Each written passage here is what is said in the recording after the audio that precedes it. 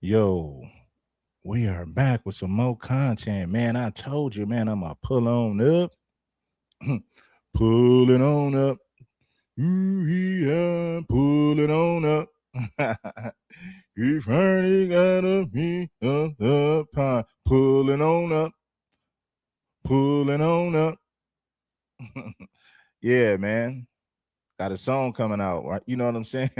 Hey, man, that's gonna be dope right there. Pulling on up, man. Happy Sunday, man, to you all, man. Salute. Where you guys at? we back, man. Like I told you, we got a whole lot of work to do over here. Tariq keeps exposing Democrats who use our people to gain power, but give to everyone else. Yeah, man. Shout out to Tariq Nasheed for doing this thing. One thing you cannot do, you can't take anything away from the brother, man. You might disagree with him on certain things, but ultimately, Tariq Nasheed got the ball rolling with this reparation conversation. I don't think nobody else has brought the conversation to the forefront like Tariq Nasheed has. So with that being said, you gotta salute the brother, man. You gotta take your hat off. You know, None of us are gonna agree on everything. When it comes to listen, homies, when it comes to what's most important, Tariq Nasheed is on it. So I don't care what you may disagree with him about, maybe on this or maybe on that. But when it all boils down to it, when it comes to the thing, when you think about what's really important, the brother gonna take the hammer and he gonna hit the nail in the coffin. So with that being said, you got to show your love. You got to show love and respect if you're being real. I mean, name somebody else. I mean, listen, man. Why don't you guys name somebody else who's gotten the ball rolling like that? Red, why you slap Mr. Charlie around like that earlier today? I had to give Mr. Charlie the business, man. Mr. Charlie was up in here talking that nonsense. But listen, man, you can never defeat logic, man. I don't care how many big words you use, how many books you read, you cannot defeat logic. That's what you can't do. Logic will be victorious every single time. Logic don't give a damn about my feelings. The truth don't give a damn about my feelings. The truth don't give about your feelings. The truth and logic, it is what it is. No amount of emotion or feelings could ever defeat facts and logic. It can't. Facts and logic is solid. There's a foundation. You can't move that. Not with feelings, not with emotions. So don't even try it. You'll never win. Hit the like button if you haven't already. But check game, family. Hold on. Let me check this out real quick. I don't know if I did something, man. Hold on real quick. Let me check on something. YouTube, send my notifications out and quit playing. Please quit playing. Yeah. I appreciate you all for being in the building. All right. That's what's up, man. We on the go. Everything looking good. Everything sounding good. What's good? Democrats don't care about the fact that we need to know Spanish just to find a basic job. Yeah, that's crazy. That's insane right there. Got to learn Spanish, right? But yeah, man, I had to give dude a spanking earlier, man. Just with a whole lot of facts and logic, along with some historical facts, something that he could never refute. So, yeah, man, he wasn't prepared for it. He thought he was gonna come up here and say something that will make me look foolish, but absolutely not. That's not gonna happen. I got the facts on my side. The logic, facts and logic is on my side, man. So I don't know what made him think he could come up here and make me look like a fool, as if I don't know what I'm talking about. Man, please. So stand on it. Frankie Mac, that's what's up. Hit the like button. You already know.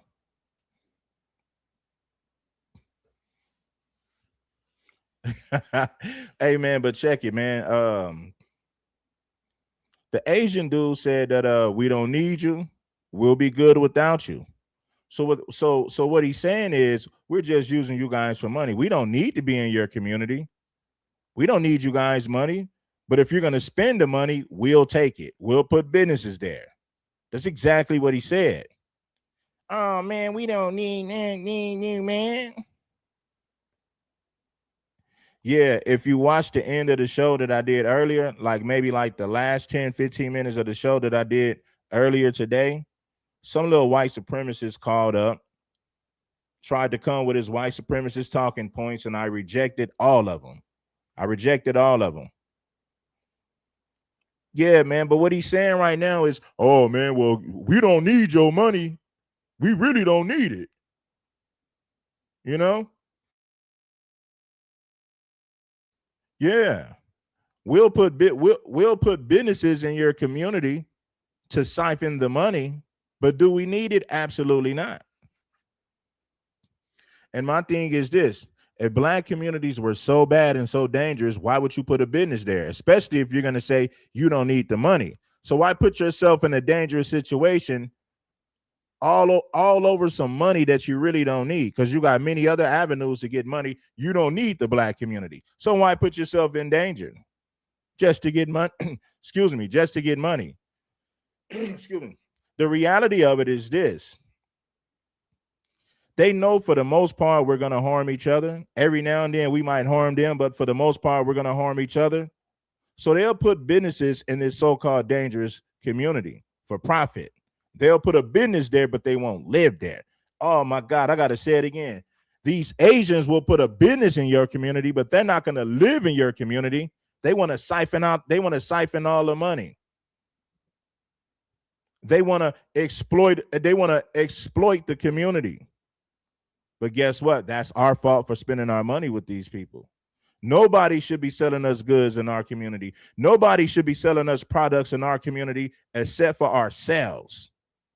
We should have shut that down a long time ago. If you ain't FBA, you ain't selling no products in our community. We should have shut that down a long time ago, man. And it all goes back to what I said. Black people got to wait for something bad to happen before we take action.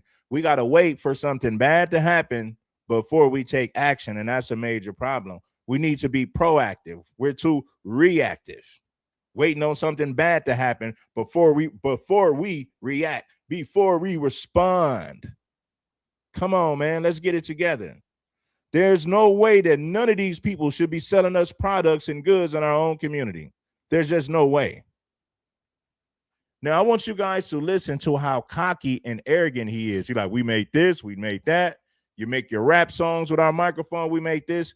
So listen, we need to start producing our own products, selling our own products, manufacturing things.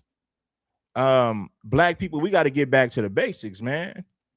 We got to listen. It's very important that we start creating our own products. It's very important that we own our own farms. More black people need to own farms so that we can sell food to our people that's best for our body. Ain't nobody gonna take care of FBA like FBA gonna take care of FBA. When you have black doctors that study us, that study our genetics, there are certain foods that we shouldn't be eating.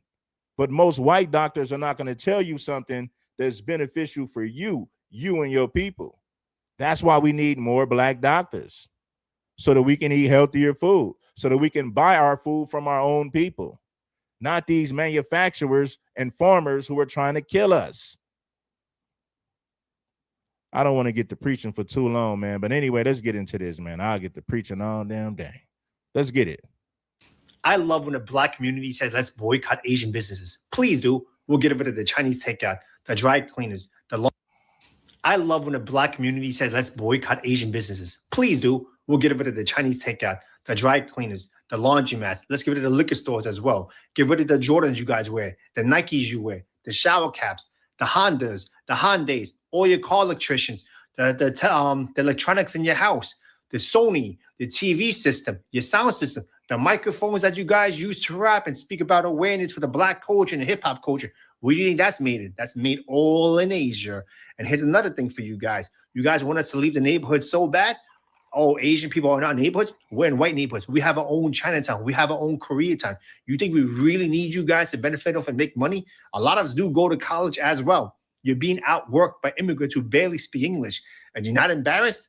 Go to the bank, start your own businesses, and deal with your own people. I want to see your own women get on their hands and knees and do pedicures and manicures and deal with nasty ass attitudes, okay? Please boycott. Oh, he's saying Asian women got to put up with black women's nasty attitudes. Let's see y'all women get on y'all hands and knees and do these pedicures and manicures. Let black women get on their knees and serve these unruly black women who come to our establishments. Yeah, that white man. Hey, man, he talking fire. Oh, he talking a whole lot of shit while swallowing spit. He's going in on a black community. I want to hear it one more again. I got to rewind it. I'm going to be quiet the whole time. He said, we make your microphones for your rap songs. We do black women's weave. We sell black women their beauty products for a cheap price. You need us. We don't need y'all, but y'all need us. I love when the black community says, let's boycott Asian businesses. Please do. We'll get rid of the Chinese takeout, the dry cleaners, the laundromats. Let's get rid of the liquor stores as well. Get rid of the Jordans you guys wear, the Nikes you wear, the shower caps, the Hondas, the Hyundais, all your car electricians, the electronics in your house, the Sony, the TV system, your sound system, the microphones that you guys use to rap and speak about awareness for the black culture and the hip hop culture. Where do you think that's made in? That's made all in Asia. And here's another thing for you guys. You guys want us to leave the neighborhood so bad? Oh, Asian people are not neighborhoods. We're in white neighborhoods. We have our own Chinatown. We have our own Koreatown. You think we really need you guys to benefit off and make money? A lot of us do go to college as well. You're being outworked by immigrants who barely speak English. And you're not embarrassed? Go to the bank, start your own businesses. Oh, he said immigrants are outworking you. You guys are lazy. The immigrants are outworking you. Right? There they go with that narrative again. The immigrants barely speak English. They outwork us because blacks are entitled. Blacks are lazy. Blacks are sitting around begging for reparations. It's pretty much what he's saying. So many words. Need you guys to benefit off and make money. A lot of us do go to college as well. You're being outworked by immigrants who barely speak English. And you're not embarrassed? Go to the bank, start your own businesses, and deal with your own people. I want to see your own women get on their hands and knees and do pedicures and manicures and deal with nasty ass attitudes, okay? Please boycott Asian business. I'm all for it. A lot of stuff we have to discuss, ladies and gentlemen. Now, I want to hear what Tariq Nasheed had to say about this. I never listened to this. This is my first time hearing Tariq's take on this. I want to see what Brother Tariq had to say about this. He said, we make this, we make that. Black folks need us. We don't need them. We really don't need your money. But if you're going to spend money with us, we'll take it. Yeah, that's what he said. Cold in the game. The first thing we have to discuss, so this video has been circulating around of this Asian gentleman who basically dared Black Americans to boycott. You know, a lot of Black people were talking about boycotting Asian businesses in response to the acquittal of Rick Chow out there in South Carolina. And this Asian guy popped up. And from what I understand, he took the video down, but it was too late. He popped up basically daring the Black community to boycott. He went off. He said, yeah, we don't really need y'all and you need us. If you boycott, y'all won't have this and that. Let me play the clip. Let me just do that.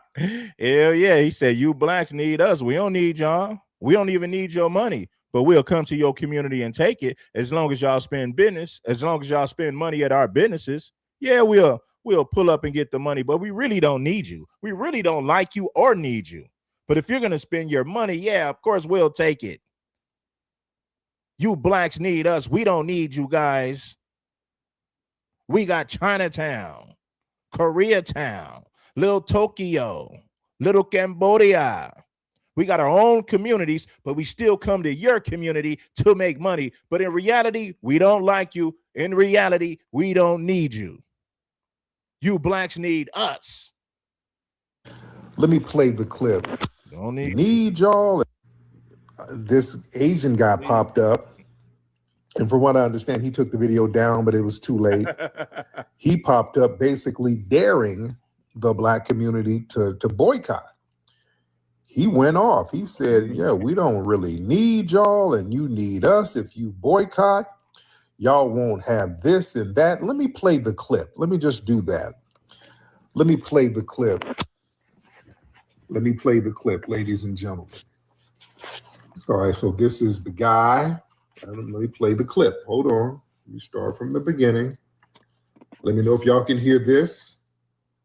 I love when the black community says, let's boycott Asian businesses. Please do. We'll get rid of the Chinese takeout, the dry cleaners, the laundromats. Let's get rid of the liquor stores as well. Get rid of the Jordans you guys wear, the Nikes you wear, the shower caps, the Hondas, the Hyundais, all your car electricians, the electronics in your house, the Sony, the TV system, your sound system, the microphones that you guys use to rap and speak about awareness for the black culture and the hip hop culture. Where do you think that's made in? That's made all in Asia. And here's another thing for you guys. You guys want us to leave the neighborhood so bad?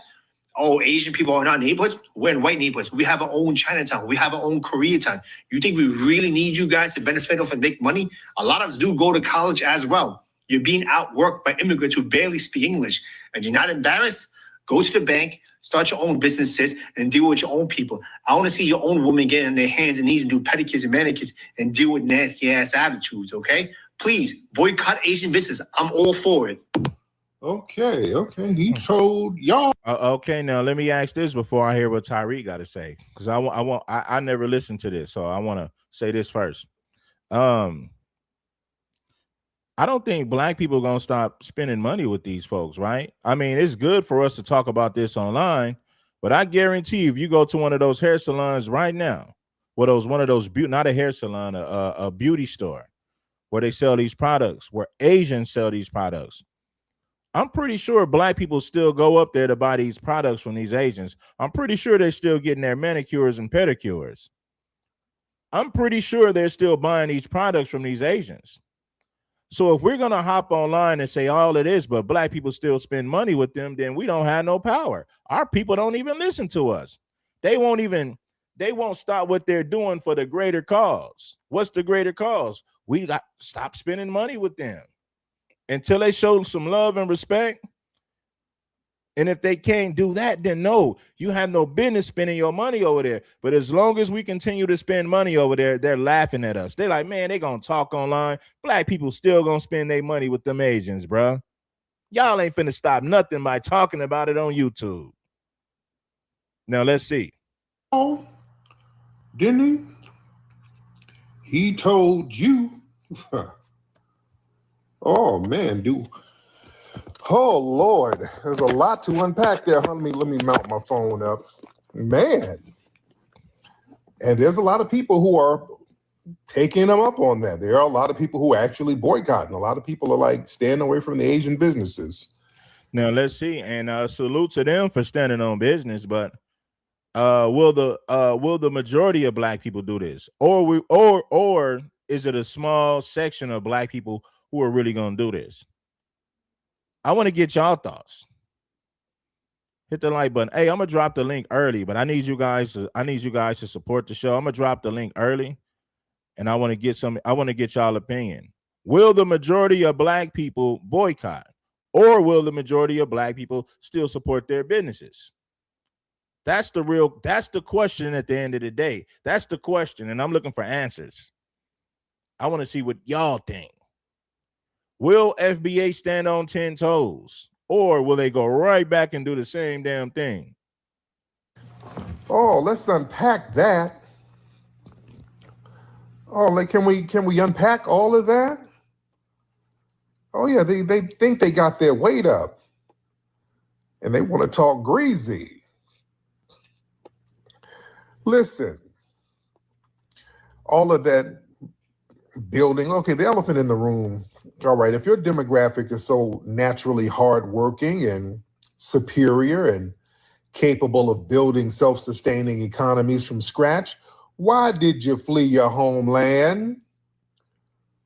Oh, that goes for them too. Oh, they fled for a reason because they were failing in their homelands too. Yeah, you over here. You over here for a reason. Oh, come on now. Some of us have been over there to some of them countries. Y'all don't really have it popping like that. You know? Yeah, they leave these countries over in Asia that's plagued with economic stagnation, rigid caste systems, oppressive regimes, because you couldn't fight them off you over there. You couldn't sustain or build a viable infrastructure there. You flocked to the US over here to capitalize off the infrastructure and the economy built on the backs and the blood, sweat, and free labor of foundational Black Americans. So you can't come around us talking about no supreme building skills when your primary move is to abandon your homeland and set up shop in ours. All right? And also, he started talking about all these cars and home appliances that they make over there. Well, that's the misunderstanding of global economics. You don't own the intellectual property for Ford or Whirlpool or General Electric. See, these Western corporations, they outsource their manufacturing to these Asian countries because the labor is exploitable and it's dirt cheap. Being the cheap labor force for a multinational corporation is not the flex you think it is. All right? Man, because if we want to thank somebody for some goddamn appliances, we'll thank foundational Black American inventors like Frederick McKinney Jones and the people like that, and the Granville T. Woods and the people like that who invented some of those damn appliances. We were inventing those appliances that you learn how to manufacture later on. If we want to get technical with it, a lot of that stuff was built on foundational Black American ingenuity. And then he started talking about sneakers. Oh, we would suffer without Jordans and Nikes. Listen, who gives those shoes value in the first damn place? A piece of leather and rubber stitched together in a sweatshop has zero intrinsic value. Let's stop bullshitting. It don't have value until foundational Black American culture gives it the damn value. Our athletes give it value, not yours. Our entertainers give it value, not yours. Our urban youths give it value, not yours. You understand? Dude, the name is Jordan, after Michael Jordan, who's a foundational Black American. Fool. Come on now. These people are really feeling themselves. Let's stop the games here. That makes our cultural value makes Nike a multi-billion-dollar empire. Y'all over there in Asia sew the shoes together for pennies on the dollar. It's Black culture, particularly foundational Black American culture, that sells the shoe. We have always given value to these shoes, from the Adidas to Nikes to Converse, all of it. We, foundational Black American, has always given value to these shoes, especially when it comes to athletics.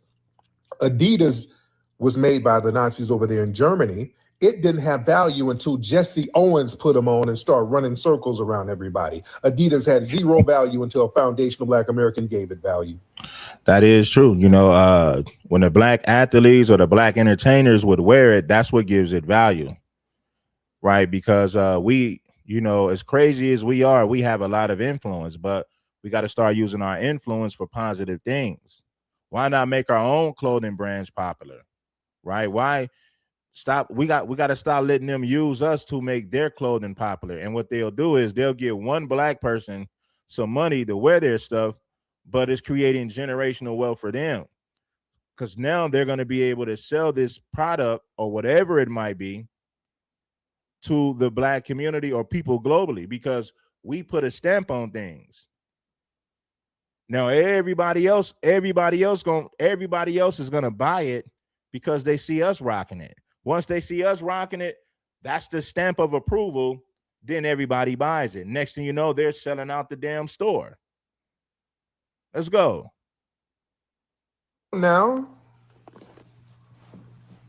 these people are really feeling themselves.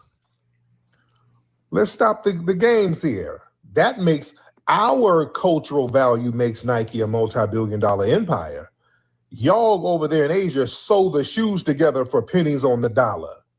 It's Black culture, particularly foundational Black American culture, that sells the shoe. We have always given value to these shoes, from the Adidas to Nikes to Converse, all of it.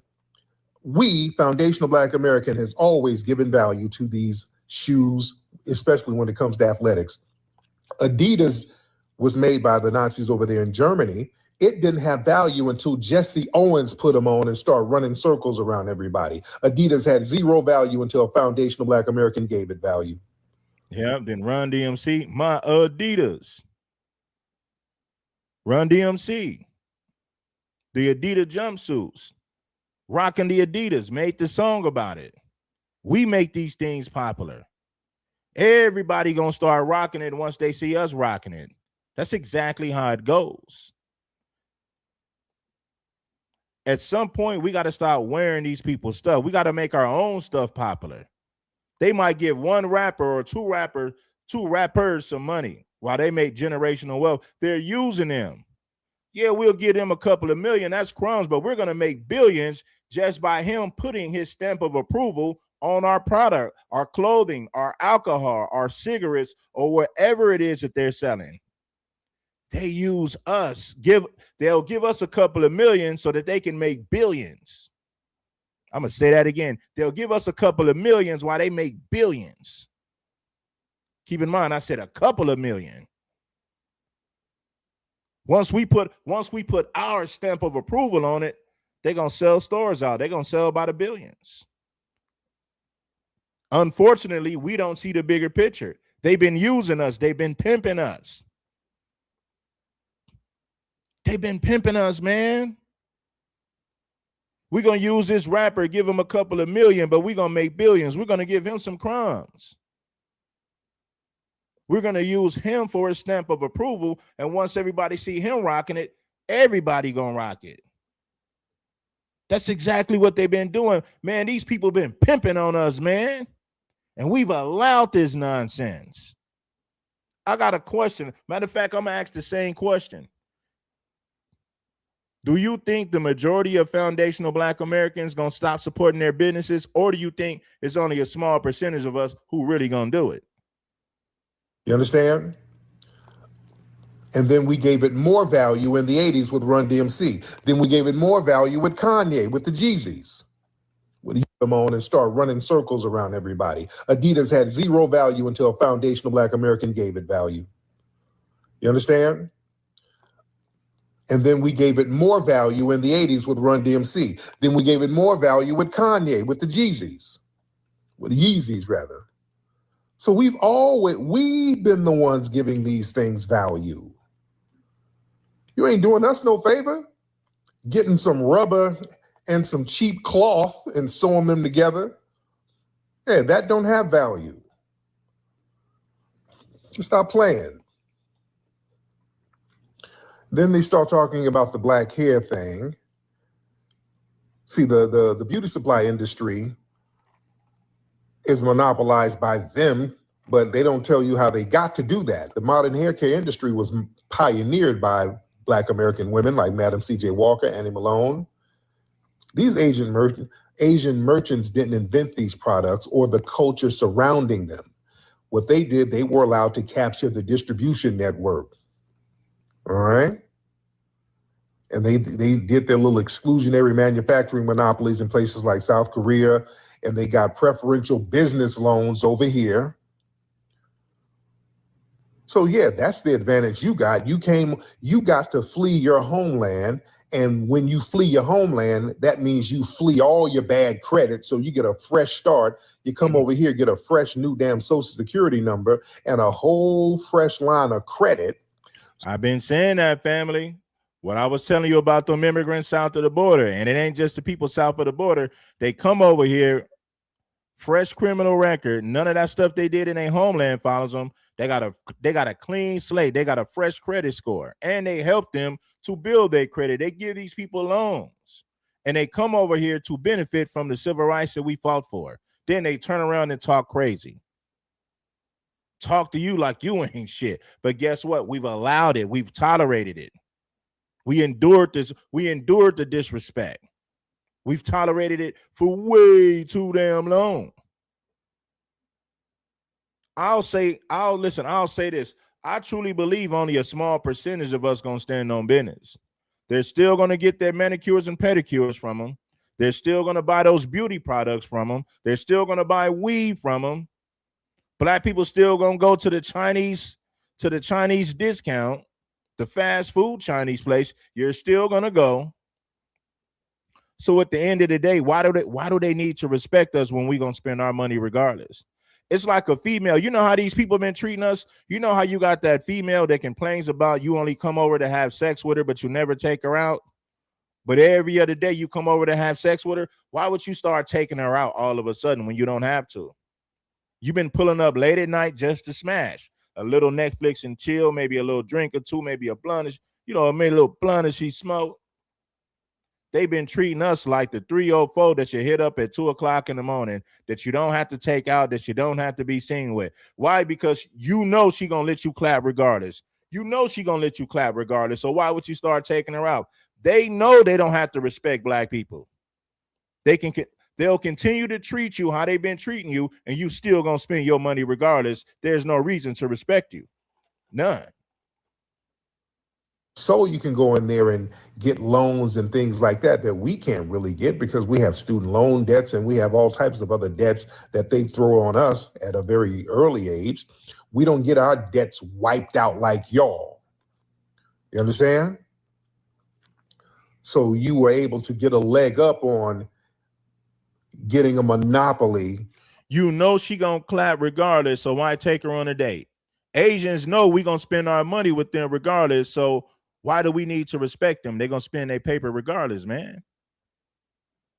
On some of those hair care products, but shout out to a lot of sisters who are wrangling that back.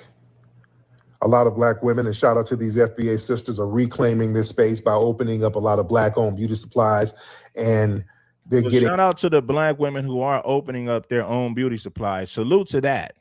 I can respect that. Open up your own store. Damn.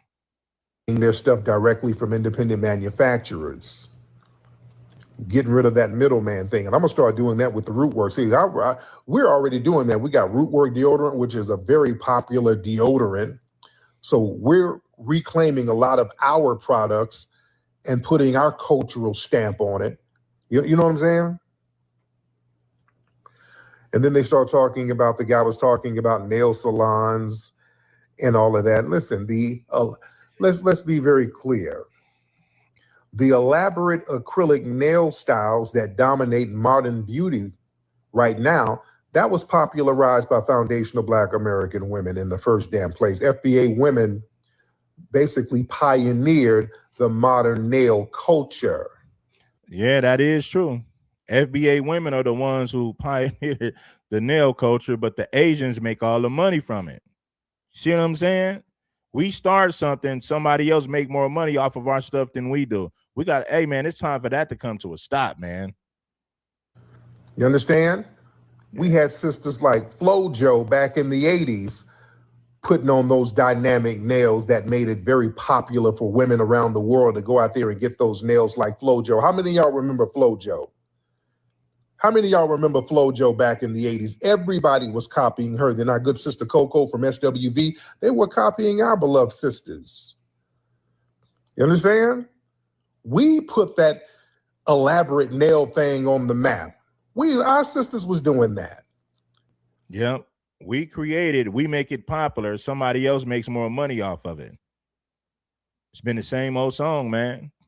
We create rap, but the small hats make the most money off of it. See how that works? We create rock and roll, country, but now other people are the ones making the money off of it. Same with jazz, the same with blues. We create it, they steal it, and make more money doing it.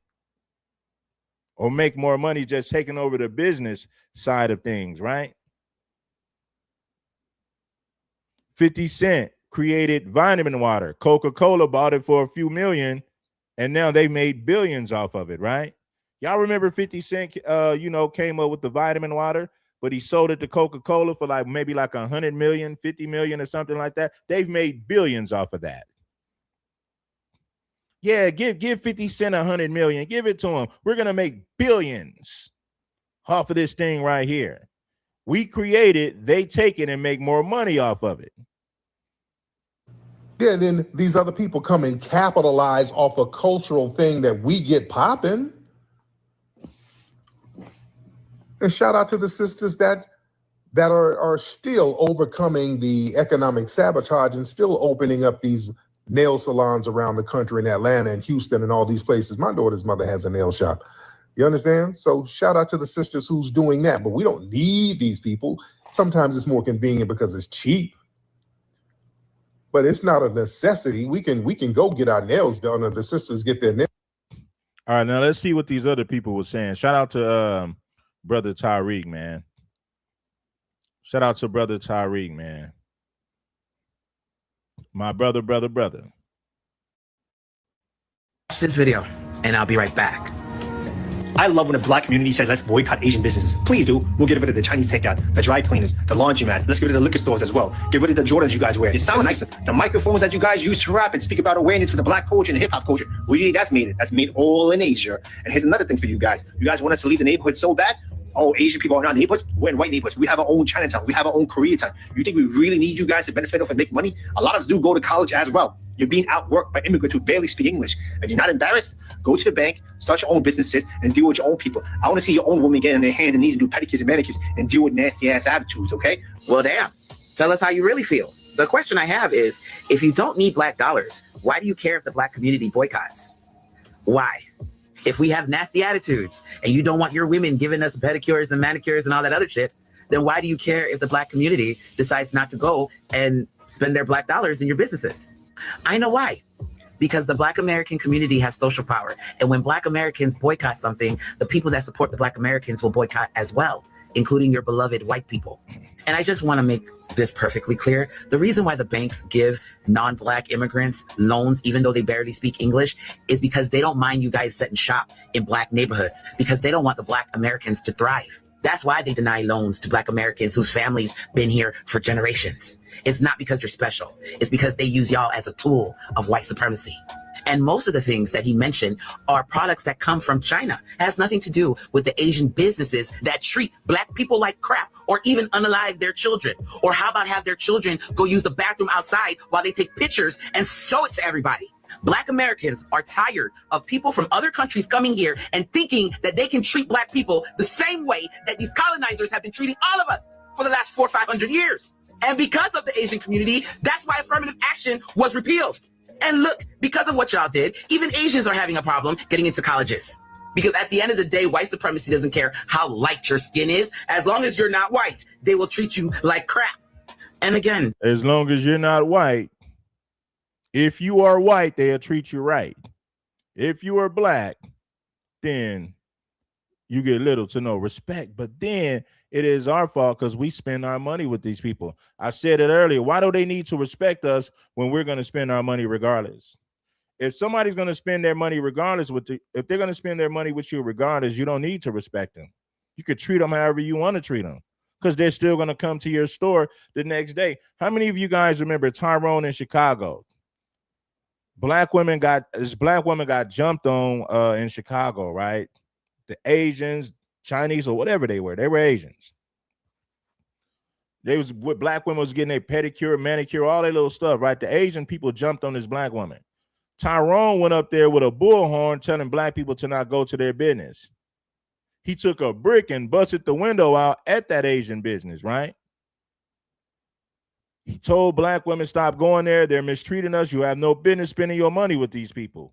He went to jail. He got arrested for busting a window. The very next day, black woman was right back at that nail salon getting their manicures and pedicures the next day. You know what the Asians did to get black people to come back? They said, we'll give you guys half off prices. Come get a manicure and pedicure. We're gonna give you 60% off. That's what they did to get back in good graces with the black community. This black man went to jail trying to protect black women. He went to jail for nothing. Them black women came back to that store the next day. The agent said, man, we'll give you 60% off whatever you want. Please, black community, come back to spend your money. Man, listen, homie, that line was wrapped around the corner. For all those people, those women came up there to get their pedicure and manicure or whatever they was getting up in there the next day. Man, that line was wrapped around the corner. You know what the agent said? I know how to get black people back. Get them a 60% discount. They'll forgive us. These people are poor. They're just looking to save money. Give those blacks 60% off and they'll come right back to our business. They'll be wrapped, the line will be wrapped around the corner. Just give them 60% off. Tyrone went to jail for nothing, trying to protect the women. They came right back to that place the very next day. If y'all don't care about the black dollar, if y'all don't care to change your attitudes towards the black communities, if y'all don't give a fuck about the people that come into your stores and buy your product to make you and your family money, you don't care, then don't care about the boycott. Have your beloved racist white people drive all the way to the hood to go spend their racist white dollars in your stores. I'd love to see that shit.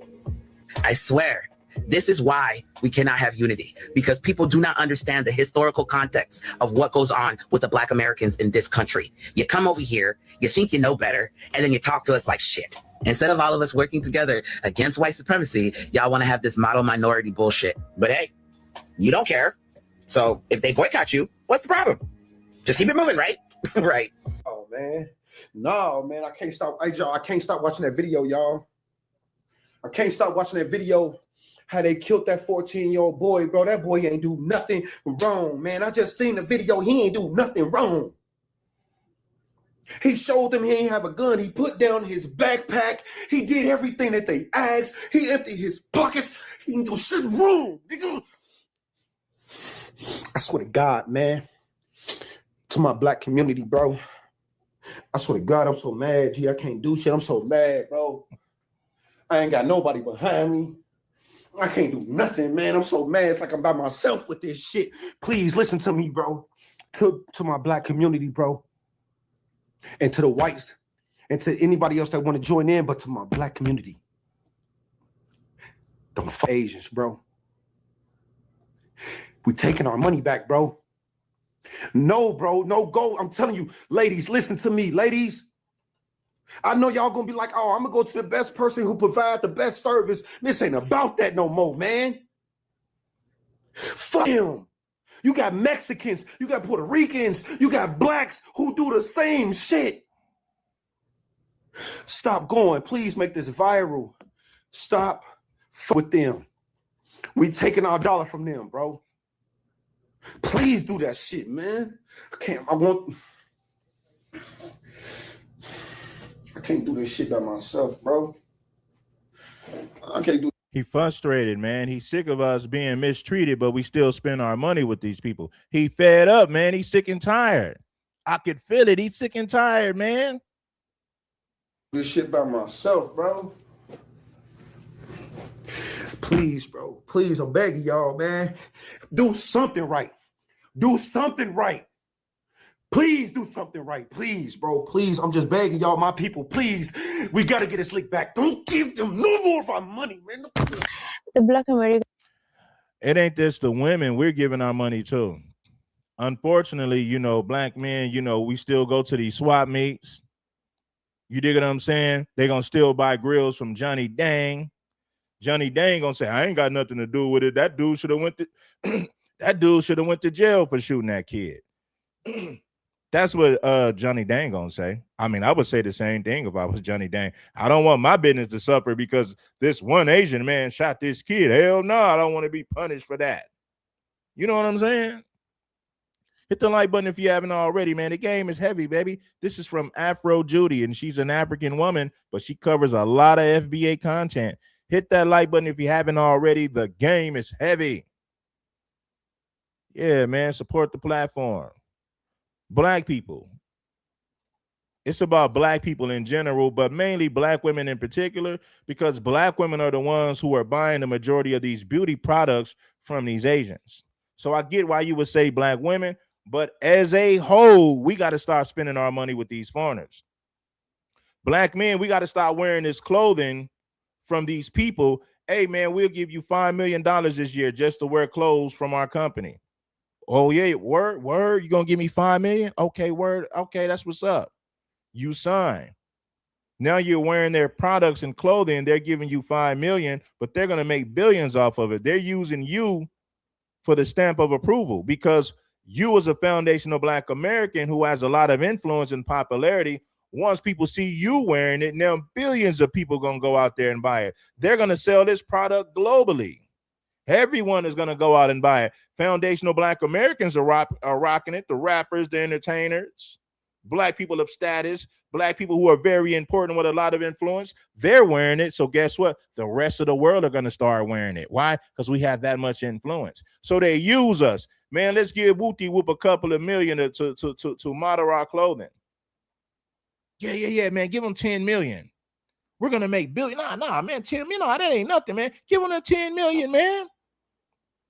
We're going to make billions off of this. All we need is their stamp of approval. Then we don't need them no more. That Asian man said, we don't need you, but you guys need us. We can live without you, but you guys can't live without us. He was cocky and arrogant when he said that. He truly believes that. We need to hit their ass where it hurt. We need to hurt their fucking pockets, and they need to see how the fuck feels when the black dollar is withheld. All this procrastinating and sitting around, we need to get serious. No more supporting their businesses. No more withhold the black dollar. Boycott their ass. They ain't finna get shit from me no more, and all of us need to be on the same fucking page. Point blank fucking period. Withhold the black dollar. Boycott their ass. And let them mother see. Let them learn the hard mother way. Hurt their pockets, hurt their businesses, and we'll see. We're gonna see. Everybody needs to stand on that shit. So people are saying that we boycotting all. Let me read this what Deborah said. He's right on several points. My nail tech is black, but she don't do feet, so I gotta go to the Vietnamese. See, she's saying she gotta go to the Vietnamese to do feet because women, black people don't want to do feet like that. So she said, yeah, I can go to a nail tech, but I still got to go to the Asians to get my feet done because you ain't got enough black women doing feet. Shout out to Deborah Houston, man. Shout out to Deborah Houston. I appreciate you for leaving your comment, sister. It's hurt their businesses, and we'll see. We're going to see. Everybody needs to stand on that shit. So people are saying that we boycotting all Asian businesses. Cool. I'm with that. You know what I'm saying? I had some massages lined up. I'm not doing it. You feel me? Even though my back like hurting like a mother, and I need the mother, I'm not pulling up, bro. I'm not going. It's a low price and everything. I'm not going. The purpose of this video. But what are we going to do about America, though? Because America's court system is the ones that acquitted them. You know what I'm saying? Right. We're gonna get into Rick Chow too, and we're gonna go in on we're gonna go in on the Sambos who agrees with it. Rick Chow shot a 14-year-old kid and claimed self-defense. How can you claim self-defense when you're chasing somebody? If you're chasing somebody, you're pursuing that individual.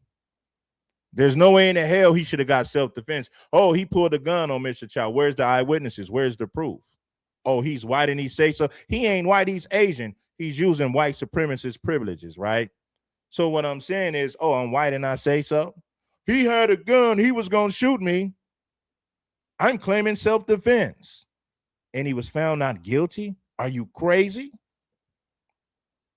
You can't claim self-defense. If I chase somebody off of my property and I chase them down the street and shoot them, that's not self-defense. I pursued this person and executed them. That's exactly what it is. Now, if Cyrus would have pulled out that gun in the store, then the Asian would have had all the right to shoot because he said, hey, man, my wife, my kids in here, my family is in here. My instinct was to protect my family. He pulled out the gun in my stove.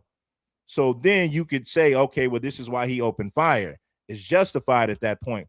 But when you chase somebody outside of your property, way beyond your property, you chase them and pursue them, that's not self-defense at that point. You're chasing this person down.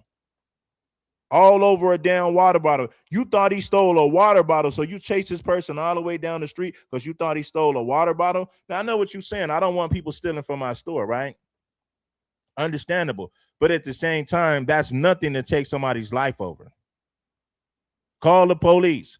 Well, the police don't do anything. They won't come. Okay, well, if the black community is so dangerous, get your monkey ass up out of there then. Go put a gas station in your community. I had some massages lined up. I'm not doing it. You feel me? Even though my back. Anyway, I'm gonna let you hear what this brother said. I'm gonna be quiet. Withhold the black dollar. Boycott their ass. And let them mother see. Let them learn the hard mother way. Hurt their pockets, hurt their businesses. And we'll see. We're gonna see. Everybody needs to stand on that shit. So people are saying that we boycotting all Asian businesses. Cool. I'm with that. You know what I'm saying? I had some massages lined up. I'm not doing it. You feel me? Even though my back like hurting like a mother, and I need the mother, I'm not pulling up, bro. I'm not going. It's a low price and everything. I'm not going. The purpose of this video. But what are we gonna do about America though? Because America's court system is the ones that acquitted him. You know what I'm saying? I don't know what the jury looked like. I don't know if they was white, black, Asian, Hispanic. I don't know what the fuck they was. But we talking about America's system. How do we boycott America? How do we come together as who we are? Stop bickering. Stop thinking that we better than somebody that don't have on $1,000 pair of shoes. How do we come together in our own community and boycott America? Stop giving our time, our energy to this motherfucking slave plantation, bro. Because we've been slaving this whole time. And we always pointing fingers at the person that did it. All right, yes. Let's boycott it. I'm always participating. I haven't been to Target. I haven't bought Gucci. I haven't participated in none of the fucking products since they crossed us. And Black people still buy Gucci. They still get on Instagram and show they fake knockoff Gucci. Then you got people who spend the money on it to prove that they actually got it because they want to keep up. They want to keep up with the Joneses.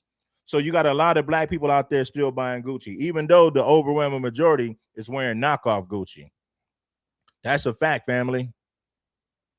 So they still want to be looked at as a person that's rocking Gucci. Way too many black people are doing that right now. Go look on Instagram and go look at all these black people who still support Gucci. That ought to tell you something. That's one of the main reasons why no one respects us, because we don't respect ourselves. Why would you respect somebody who don't respect themselves? The Asian man, no, he like, man, I don't have to respect you. You still gonna spend your money with me. I ain't got no reason to respect you. You're not giving me a reason to respect you. You're still gonna spend money with me. You're still gonna patronize our businesses. Guess what? Black people need us, but we don't need y'all. We don't even need to put businesses in a black community. But if you're going to spend your money, of course, we'll put a business there. But we don't like you and we don't need you. Don't ever think that we like you. Don't ever think that we need you. Don't you ever get ideas like that. Hell nah, the Asians don't like you and don't need you. But you still going to spend your money. Why? Because you need us. And that's the mentality of these Asians. Honestly say that. I can honestly say that. But what are we going to do about America? Where the black lawyers at that's gonna ride for us, bro? Where the black doctors at that's ready to ride for us, bro? That's ready to ride with us, bro. Yaki Awaken can't be the only person that's out here like, yeah, pull up, pull up, pull up. We need lawyers, bro. Where the army vets at? Where y'all at, bro? I'm not the only one tired. It's a lot of people on this bitch that's tired, bro. But what are we gonna do about our place in America? We have no army. You know why they let the Rick Child go? Because he got an army, bro. They got an army, bro. We the only ones in this bitch ain't got no army. COINTELPRO make sure. Or they ain't coming together. We gonna make sure that they don't organize. We need to find a way to organize without using these devices right here. We need to find a way to organize without being under surveillance. He right about that. Like,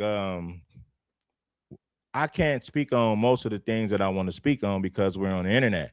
Certain things ain't for the internet. It's for us to strategize and organize, you know what I mean, without no internet. When we do these meetings, there will be no cell phones, and we got to search people to see if they're wearing a wire.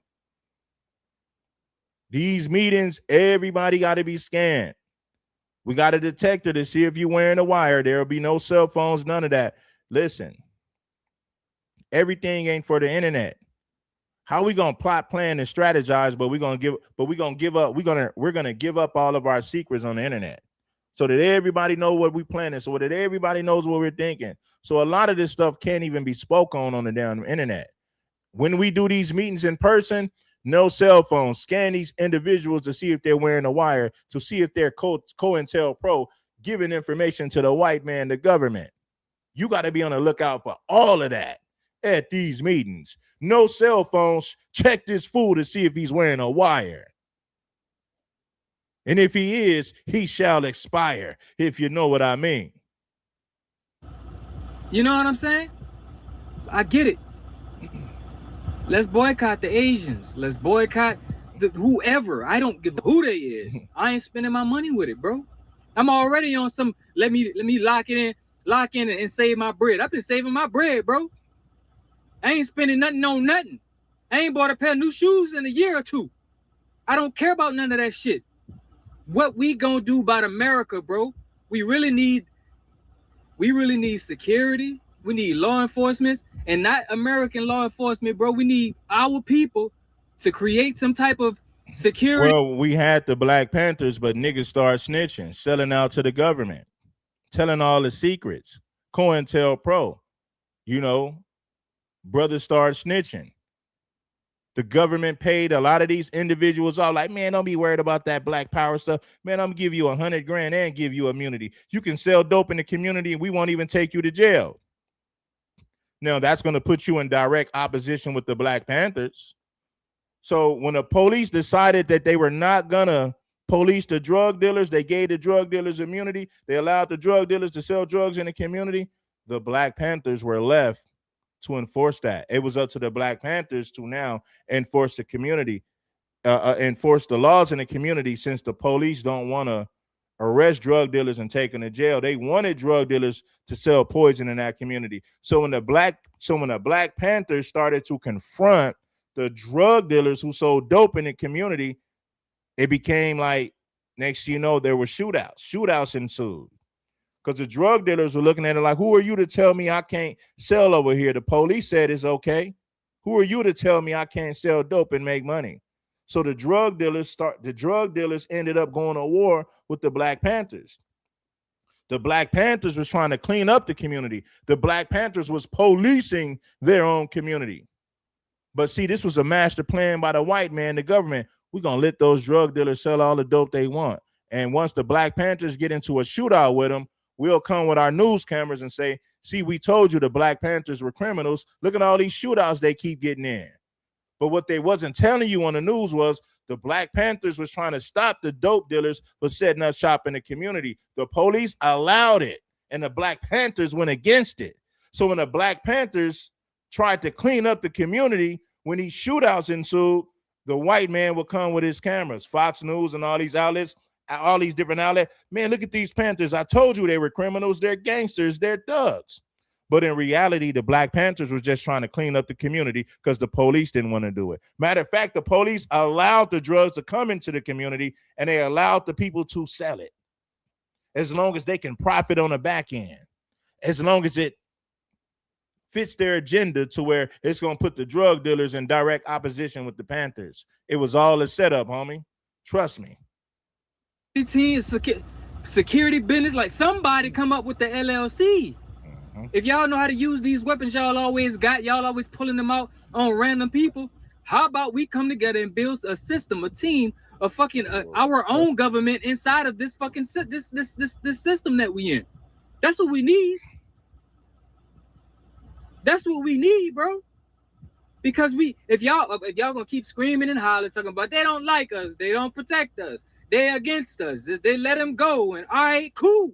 they let them go. But stopping from eating Chinese food is not. Man, they don't want to stop doing it, man, unfortunately. But yeah, man, the Black Panthers went to war with the drug dealers. The police stopped arresting the drug dealers. They said, let the Black Panthers deal with the drug dealers. So when the Black Panthers tried to use force, because the Black Panthers had weapons, they end up going to war with the local drug dealers. Then it looked from the outside looking in, you would think that it was just some type of turf war and blacks just acting up. But in reality, the Panthers was trying to clean up the community because the police wouldn't do it.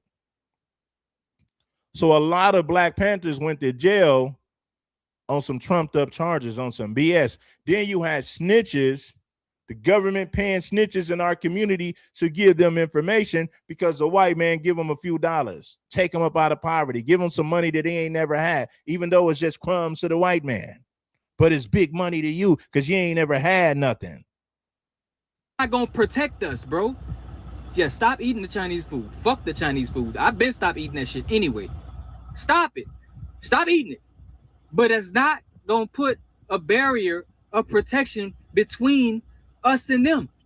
It's not gonna protect us. What are we gonna do to keep our people protected, bro? What are we gonna do? How are we gonna come together? Cause I've been tired of, like, I was in the hood with a bunch of hustle.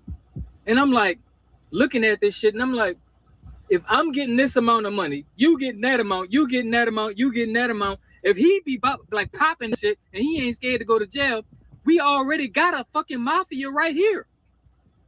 This is our mafia right here, bro.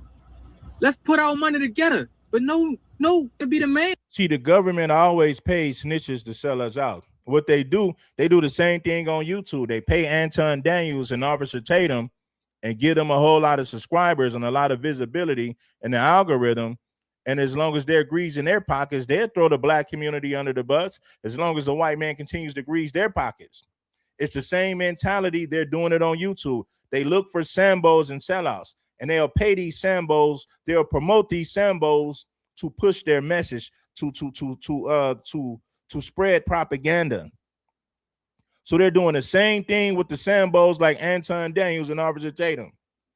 As long as they promote the white man's agenda, they'll stay paid. They'll be pushed throughout the whole algorithm. So that's COINTELPRO. It's the same mentality. You're selling out for the white man to get money.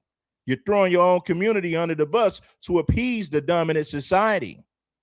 Come on, homie. It's the same thing going on YouTube now. We'll just pay Sambos to push our agenda. That's what they doing on YouTube. Tampon Daniels, COINTELPRO, straight marking buster. A straight marking buster. Officer Tatum, same thing. And the list goes on. How are we gonna stop wanting to be that and stop wanting to be that bitch so we can come together and actually protect each other? What is it gonna take? What is it gonna take? Because I just put 100 racks on me and my partner, and guess what they did? Jetted out, talking behind my back to this day. Mad. I gave his whole car. He broke it. We can't keep doing this, bro. I'm really in the mindset of being selfish. I am in the mindset right now of being selfish. I sleep in a truck. I don't even have a house. I'm stacking bread. What are we going to do to put our money together to build a system with structure and infrastructure that's going to keep us safe, protected, and wealthy in America, bro? What are we going to do? This video is strictly for the... I need y'all to bless that like button if you haven't already. Get us up in the algorithm, baby. We chopping up game over here, man. You know what I'm saying? But check it. See, it's up to us to put a stop to this. We could easily put a stop to this. We shouldn't promote no more clothing lines that ain't FBA. You got to stop supporting businesses in your community that ain't FBA. You got to stop doing it. And you say, well, black people can't get the loan to start businesses. Well, 10 black people need to come together, put their money together to put something there. And then you can branch off once everybody get on their feet. You go start a chicken shack. I'll sell ribs. You sell fried chicken. We don't need to be competing, selling the same thing. I'll sell ribs over here on this corner. You go to the other corner and sell chicken wings. Right? You do a whole nother shop down the street. You sell turkey wings.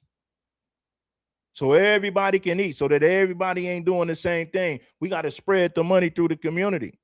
Start spending money with your FBA family. But FBA people who want to sell products, you got to treat your people right. You got to treat your people right. You got to stop expecting for people to spend money with you because you're black, but you ain't treating them right. Your products are shitty. Your customer service is shitty. You want to charge the people too much money. That's why they go to other people. Yeah, man, I want to spend my money with black folks, but black folks don't want to do what's right. They want to overcharge us. The stuff is overpriced and nah. This is why I'm going to the Asians. They get it. They give me a discount. They give me a great customer service. That's where the mentality comes from right there. So when it comes to black people who own businesses, you got to treat your people right. But the customer at the same time, you can't go up there on some nonsense either, thinking that they're going to give you a discount every time you come up in there. They're running a business, so please respect their business the same way that I'm going to tell the FBA business owners to respect the damn customers, respect the business, and respect the customers. Everybody must respect one another in order for this good old thing to work. Everybody got to respect one another. The owner to the customer must respect one another in order for this thing to work for foundational Black Americans. Let's get it. What are we going to do to put our money together to build a system with structure and infrastructure that's going to keep us safe, protected, and wealthy in America, bro? What are we going to do? This video is strictly for that man, that Asian man to be specific, that made that declaration and tried to triple double dog dare the Black community to boycott the Asian community, to boycott nail salons, beauty supply stores, Chinese food stores, any type of business that is owned by an Asian. You tried to dare us and tell us and challenge on how far we can get with boycotting y'all businesses. You must not know. You must not understand what our buying power is. If it wasn't for us, this shit would not be moving. And I wish a lot of us would understand that. Understand how far our money goes. How necessary it is for our money to move this economy here in the United States and around the world. We are that. We are that. We need to stop spending our money. I literally need to get my nails done. I was planning on getting my nails done this weekend. I needed to make an appointment. I told myself earlier this week, Kiana, make an appointment to go get your nails done. Now all this shit then popped off. You know what I'm going to do? I'm going to have to sacrifice not getting my nails done. I'm going to have to sacrifice not getting my nails done because we need to start standing on business. Nothing changes without sacrifice. If you're fat, you got to sacrifice fried chicken and pork chops with gravies. You got to make a sacrifice to get in shape. Nothing changes without sacrifice. Black people, you got to change something in order to get a better result. You can't do the same thing and think that somehow you're going to get a better result. You're doing the same thing. You got to sacrifice something to see some good results. I don't give a damn what it is. It's got to be something. Quit buying all that designer nonsense that really don't mean nothing. Sacrifice that shit. Quit buying it every time you get paid. Come on, Black people. Are you ready for change? Okay, if you're really ready for change, man, you got to sacrifice something. There's something that you need to stop doing that you won't stop doing. Why? Because as humans, we are creatures of habit. We want to do the same thing that we love doing, even if it's counterproductive to our progress or success. We cannot continue to let these people disrespect us. It has gone on for far too long. Far too long. We have to set a precedent for what we will and will not accept. What happened with that young man that got shot? It was in South Carolina, that was killed in cold blood. That was murder. That young man was murdered over a bottle of water that he did not even steal. And that man got to walk off scot fucking free and still have his business or businesses within our communities. How dare you have your businesses set up in our communities and you just pillaging us off, picking us off. Y'all, we need to stand for something. Y'all need to stand for something. Whatever it is that you get from out of these Asian businesses, there is a Black business that you can support, whether it is within your community or even if you got to start ordering stuff online for these businesses. Y'all drop in my comments what city you're in and give these people, give our people some options on, if you're in Atlanta, nail techs that can do your nails, beauty supply stores. And this is for any city. Y'all drop in these comments and start naming these Black service providers that you know that we frequent when it comes to these Asian people, so that we can start giving our money to our people. It needs to stop. It needs to stop. And it's unfortunate that every Asian business is going to be impacted by this. But at this point, I don't give a damn. I don't give a damn. I understand not all of you all are like this, or that all of you all are not a part of the problem. But unfortunately, y'all gonna all have to suffer for what your people continue to do to my people. Y'all drop in the comments and start naming nail salons, beauty supplies, all of that, restaurants. I don't know, whatever it is that you guys are getting from these Asian stores in your city, we need to create some type of database so that we can start finding alternatives to get this stuff done. And y'all, as a Black community, we need to make it easier for us to use our own services. We need to make it easier. I like the convenience of being able to walk into the nail salon or being able to go on my nail salon's website and immediately get an appointment within a matter of 24 to 48 hours. Please drop some nail tech names in Atlanta that is not, it don't take an arm and a leg for you to make an appointment to get a builder gel. That's all I need is a builder gel fill and maybe some designs every now and again. Y'all, please drop in the comments and start sharing these Black businesses. All right, so yeah, man. Shout out to her for taking the stand. I appreciate that. I really do. I really appreciate it, man. Hit the like button.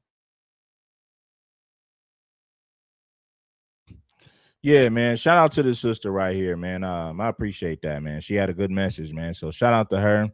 I appreciate you. Shout out to everybody that's making sense when they speak. Yeah, hit the like button, man. Support the content in a major way, man. We'll get back to it. The game is fluid, especially when it flows through me. Hold on.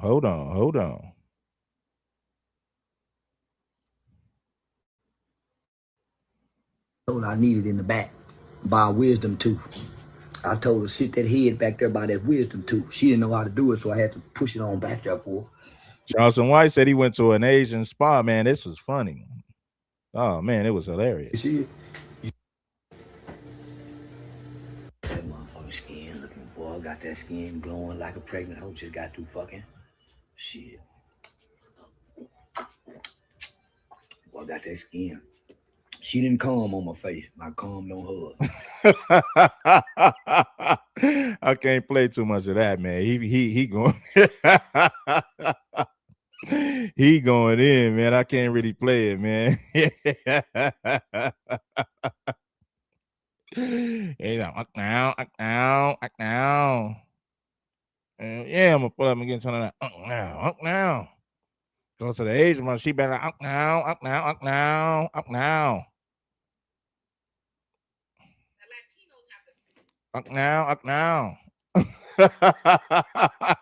Hell yeah, I pulled up to get some of that. Up now. I want some of that kung pao. Up now. Yeah. Excited to enter the chat By now, y'all have all heard about Rick Chow being found not guilty for taking the life of 14-year-old Cyrus Carmack Belton in Columbia, South Carolina in 2023 at his gas station. Now, from that point, Black folks have started to say, okay, you know what, bet we are going to boycott Asian-owned. Hell yeah, putting up to that Asian while I get somebody now in the back, in the back room. She give you a happy ending, love you a long time. Hell yeah, pull it up, get somebody now. Businesses. I've never been a fan of going into those Asian corner stores, beauty supply stores, just off the strength that you ain't gonna be looking at me stupid. So it's nothing for me to boycott. See, I had already started doing it, but it's time, Black folk. It's time. We know for a fact that this particular group of people would probably have to pack their bags and go back to their house if we didn't shop with them. And all I'm gonna say is this, Black people, if we can take Target down, a corporation, we can take these corner stores down. Cause in my lineage, my granddaddy owned a liquor store, a gas station, and a corner store. So it looks like we need to go back to our roots. Take them down. Stop spending your money there. If we can take Target, we can take that easily. Now, an Asian gentleman did not like that. And this is what he said. Love when the Black community says, let's boycott Asian businesses. Please do. We'll get rid of the Chinese takeout, the dry cleaners, the laundromats. Let's get rid of the liquor stores as well. Get rid of the Jordans you guys wear, the Nikes you wear, the shower caps, the Hondas, the Hyundais, all your car electricians, the electronics in your house, the Sony, the TV system, your sound system, the microphones that you guys use to rap and speak about awareness for the Black culture and hip hop culture. What do you think that's made in? That's made all in Asia. And here's another thing for you guys. You guys want us to leave the neighborhood so bad? Oh, Asian people are not neighborhoods. We're in white neighborhoods. We have our own Chinatown. We have our own Koreatown. You think we really need you guys to benefit off and make money? A lot of us do go to college as well. You're being outworked by immigrants who barely speak English. And you're not embarrassed? Go to the bank, start your own businesses, and deal with your own people. I want to see your own women get on their hands and knees and do pedicures and manicures and deal with nasty attitudes, okay? Please, boycott Asian business. I'm all for it. So basically, he was like, oh, well, go ahead then. Y'all ain't going to be able to make it without us, and y'all be back. We make everything you depend on, right? Real salty about Black folks saying, hey, we're done being cool with some in the Asian community, taking the life of Black folks and then not even getting a slap on the wrist. Or sometimes if they get a slap on the wrist, like Sue Jadu, who took the life of Latasha Harlins in 1991, they don't do any jail time and they get to go on and live their lives, right? Just like with Rick Chow, he'll go on to live his life. And that's what his lawyer said. Pressure. But now he's free to go and do whatever he's going to do. From that point, Latino said this. I've been seeing a lot of Black people on the internet saying, oh, we got to boycott the Asians and the Chinese people. Like, bro, y'all sound stupid as hell, bro. Most of y'all, like, why you got beef with the Asians and Chinese people? By the end of the weekend, I promise more than half of you guys are going to be going out to the Chinese buffets and ordering from China. So who are you kidding? Saying, oh, they hate us. They want to get rid of us, blah, blah, blah. Have you ever thought about why they hate you? Why everybody hates y'all? Because y'all don't know how to behave. Damn. So he was like, basically. Asian man, and Latino said, everyone hates Blacks because you guys don't know how to behave. There's a reason for everybody. There's a reason that everyone hates you. Take accountability. People hate you for good reason. He said, quit pretending to be a victim. Everyone hates Black people for a particular reason. You guys don't know how to behave. Stop pretending like everyone hates you for no reason. Hey, man, I got to go back what he said. You'll be back in Chinatown tomorrow spending money. I don't want to hear it. That's what he's saying. Can Black people prove him wrong? He's free to go and do whatever he's going to do. From that point, Latino said this. I've been seeing a lot of Black people on the internet saying, oh, we got to boycott the Asians and the Chinese people. Like, bro, y'all sound stupid as hell, bro. Most of y'all, like, why you got beef with the Asians and Chinese people? By the end of the weekend, I promise more than half of you guys are going to be going out to the Chinese buffets and ordering from China. So who are you kidding? Saying, oh, they hate us. They want to get rid of us, blah, blah, blah. Have you ever thought about why they hate you? Why everybody hates y'all? Because y'all don't know how to behave. Damn. So he was like, basically, everybody's tired of us because we don't know how to behave and we ain't gonna do nothing either. He said 50% of y'all, and I had to bleep it out, right? 50% of y'all gonna be back at the buffets and all this other stuff. And I might add that I had to take the song out, but he was listening to Erykah Badu in the background. It's like, okay, wait a minute now. Getting spicy about what black people are or are not gonna do while you listen to Erykah Badu.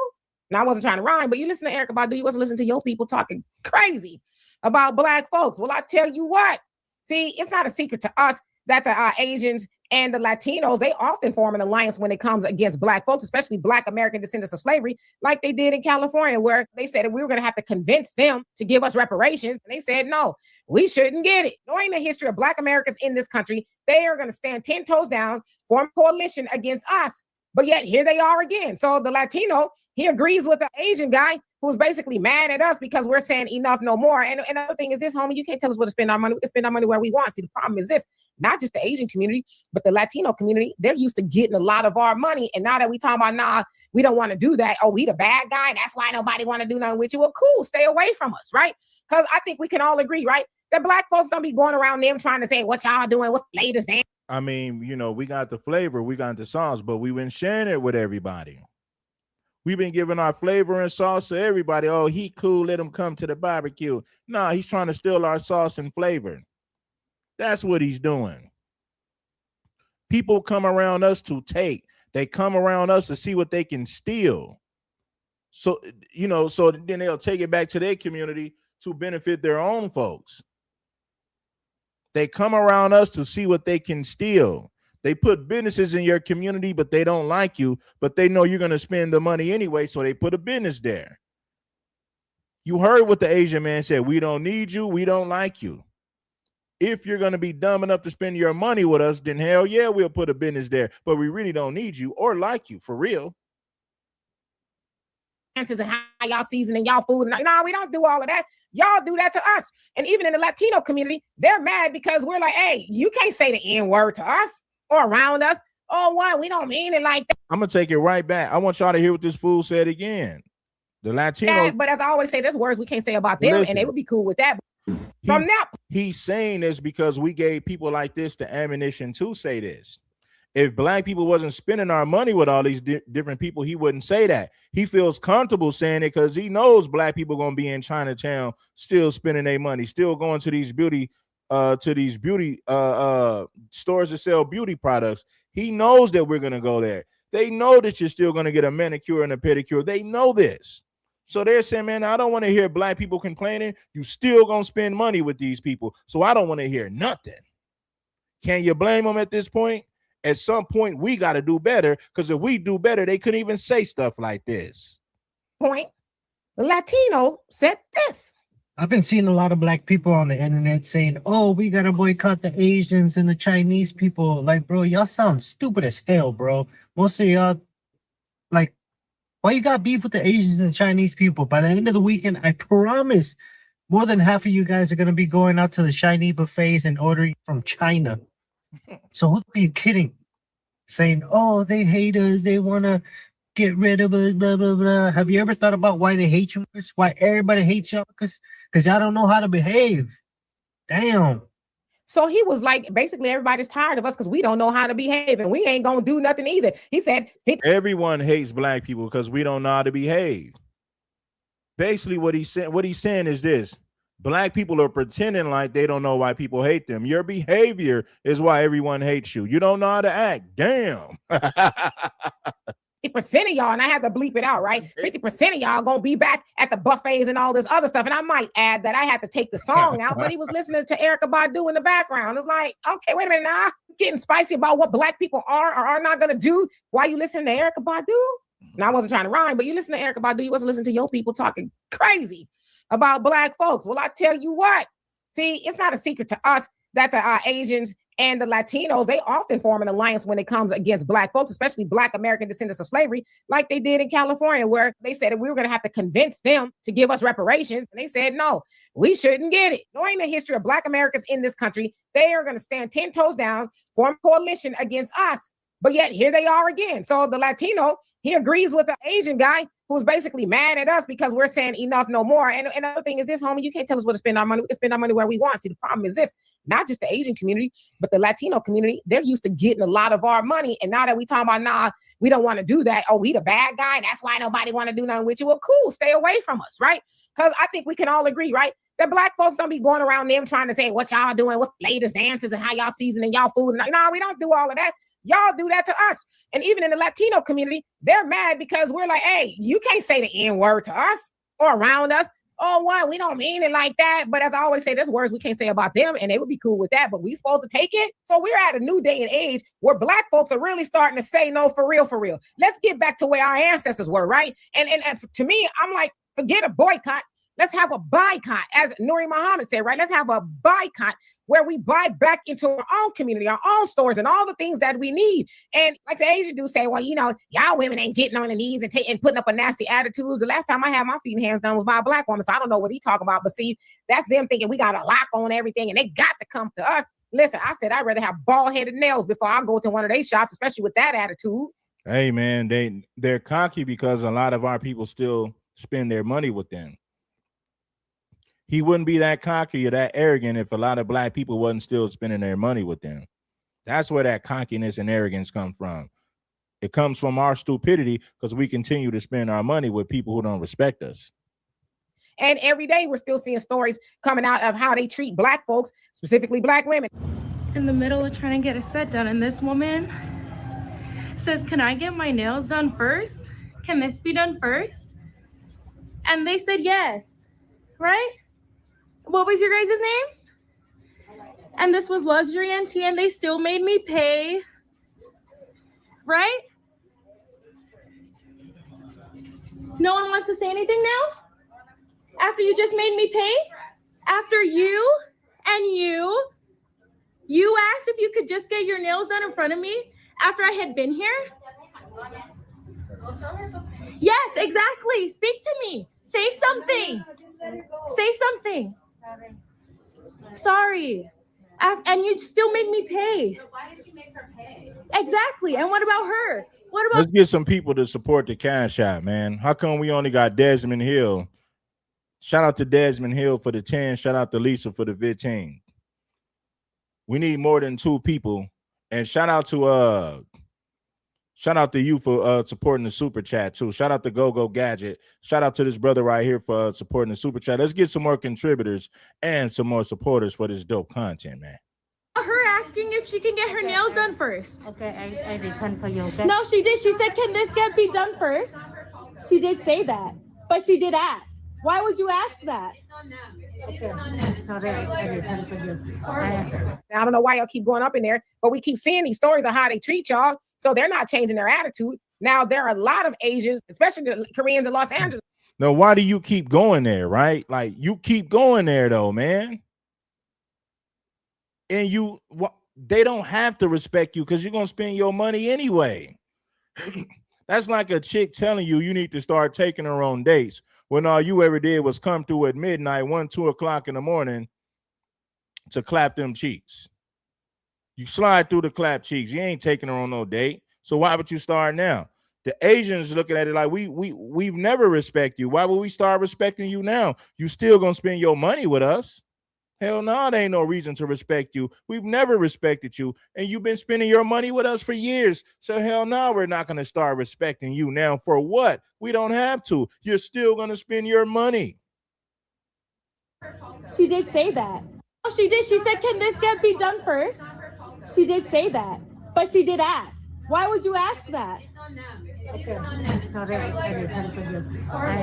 I don't know why y'all keep going up in there, but we keep seeing these stories of how they treat y'all. So they're not changing their attitude. Now, there are a lot of Asians, especially the Koreans in Los Angeles. Okay. These are Asian support. And no problem. It's kind of been their attitude since 1991 with Latasha Harlins. The treatment of Black folks in Los Angeles was already bad. Now, I don't know if y'all ever heard the song by Ice Cube, Black Korea.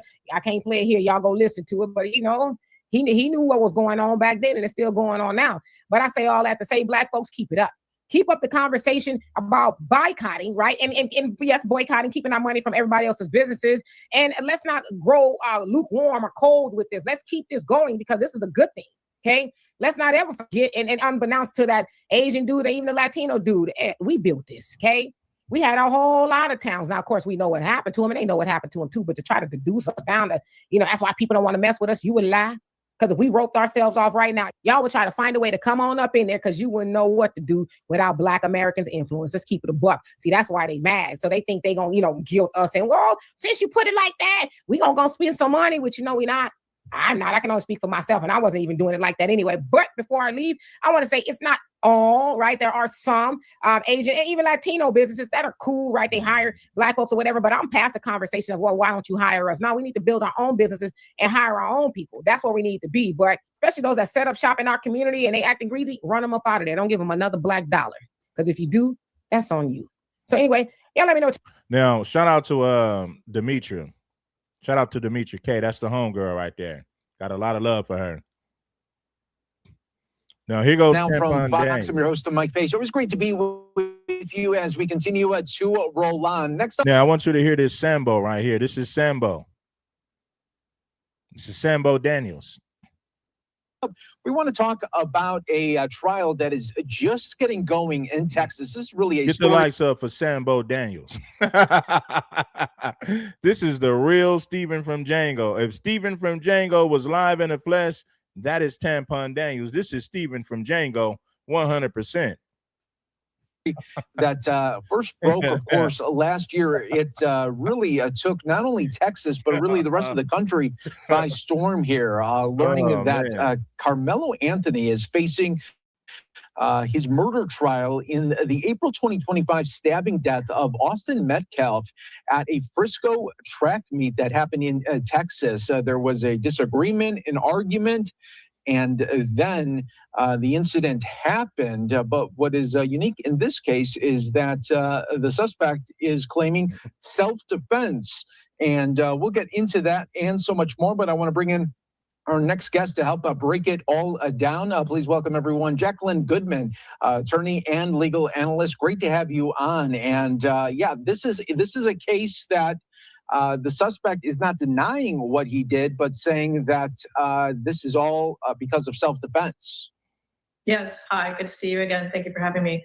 Yeah. From the beginning, apparently there were statements made by Carmelo Anthony saying that, well, besides the question that he was asking officers. Hold on. This is the wrong one. We know about this, right? Shout out to Mogul Mays for blessing us with a 12 on the Cash App. I appreciate you, Mogul Mays, for the 12. Shout out to Lim Hendricks for blessing us with a 25 on the Cash App. Lim Hendricks is always showing a lot of love and support to the channel. And shout out to this brother for sending a 20 on the Super Chat. That's realer than rap, no cap. Let's get back to it. The game is fluid. You see it flowing through King Supreme. You see it. You just have it. Cyrus Carmack Bell. Let's see what Phil had to say about this. Shout out to the homie Phil Scott, man. Phil Scott. Much love to the homie. So now, if you know the story, he went inside the store. They accused the young brother of taking some water, of all things, and running off. And you see in surveillance footage, he ran away. Okay. And they chased him down and ultimately took the young brother's life. He went to trial for it. They found him not guilty, which is crazy. Because how you going to go chase somebody down for a bottle of water? Bro, like, come on. Do you know how much a bottle of water is? But you know that mentality that comes into this country with these other groups. Some of them have this scarcity mentality, like they ain't got it. Let me tell you something. A lot of them be in Costco shopping and getting the Kirkland water or whatever. Now, listen, I don't agree with nobody stealing, and I'm not saying he stole or didn't steal. That's not what I'm saying. But if you take a water, I'm not going to chase you out and try and take your life behind a water bottle. I'm going to make sure my security is a little bit more tighter in my store to make sure we can prevent things like that from happening again. Because you don't. Yeah, but when you're Asian and you already got a hatred for black people, you would chase somebody down over a bottle of water and then claim self-defense when you unalive this person, right? How you going to claim self-defense when you're chasing this person? Self-defense is when you're standing your ground. You're not pursuing the person if you're in fear of your life. When you're in fear of your life, you're not pursuing this person. You're not chasing them. That alone right there should eliminate the false claim of self-defense. You were chasing him. How do you claim self-defense when you're chasing this person? You chased this man outside of your property. You wasn't even on your property when you shot him. So how are you gonna turn around and claim self-defense? He had a gun, he pointed it at me. Where's the eyewitnesses? Where's the proof? We're not gonna just take your word for it. Of course, you're gonna say he pulled a gun because you want to get away with unaliving his kid. You want to get away with it. So of course you're gonna say he pointed a gun at me. That's why we shot him. With no proof, no eyewitnesses, no surveillance. But take his word for it. I shot him because he had a gun. He pointed it at me with no proof. None. No, you chasing somebody, you don't know what you about to run up on. You don't know who waiting outside for this person, whatever. Anyway, after this verdict, a lot of people in the black community was very upset about this, and rightfully so. And so some people said, you know what? We're going to boycott businesses within their particular community.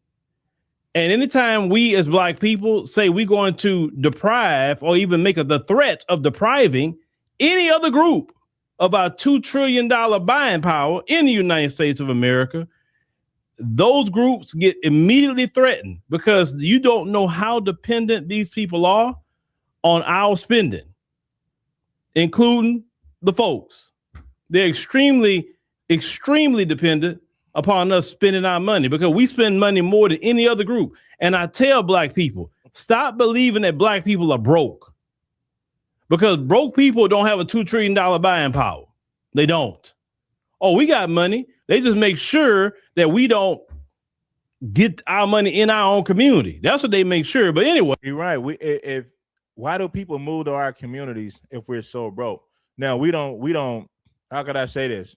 We don't spend our money on the right things. We absolutely don't. We don't spend our money on the right things, but we got a lot of spending power, right? We got a lot of spending power, right? But the problem is we spend our money on the wrong things. They move to our communities because we're the biggest consumers. But you heard what he said. We don't need you. We don't like you. But we'll put our businesses in your community because y'all going to spend your money. Taking advantage of our stupidity and ignorance. Can you blame them? Absolutely not. It's time for us to do better. You can't get mad at somebody for taking advantage of our stupidity so they can capitalize and make all the money in our community. We can't get mad at people for that because America was built on capitalism. So, of course, they're going to capitalize off of our stupidity if we allow it. That's exactly what they're going to do. It's all about prevention. It's all about solution. What's the solution? Stop spending your money with people who don't like you. How do you prevent it? How do you prevent this? Take more pride in your people. We need to put businesses in our own community to sell products to our own folks. Stop allowing foreigners to move in our community to sell us products. We're talking about prevention. We're talking about solutions. Yeah, we're talking about the problem, but there's a solution. We're talking about prevention. There's no way that we should be moving and operating like this. We know what it is. Nobody's clueless at this point. It's time for us to do better. If you claim to know better, it's time to do better. Because if you know better and you don't do better, at that point, you're just retarded. No one's going to take you serious. Claiming to know better, but you won't do better. At that point, you're just retarded. You're incapable of doing the right thing, even though you know what the right thing is. This Asian guy decides to come out, and, you know, I'm going to be upfront and be fair. This Asian guy comes out and speak, but I'm not saying he's a representation of all Asian people. That's not what I'm saying. But I'm going to play this video because he's not the only one that feel that way, not just in his group, but other groups too. So let's go ahead on and cue this. The people in the hood spend a lot of money, man. They might not have a lot of money themselves personally, but collectively we spend a lot of money because we're the biggest consumers. This is why foreigners put businesses in our community, because they understand that we are some of the biggest consumers, So they move to our communities to capitalize off of our ignorance. Can you blame them? No, we got to do better to prevent this from happening.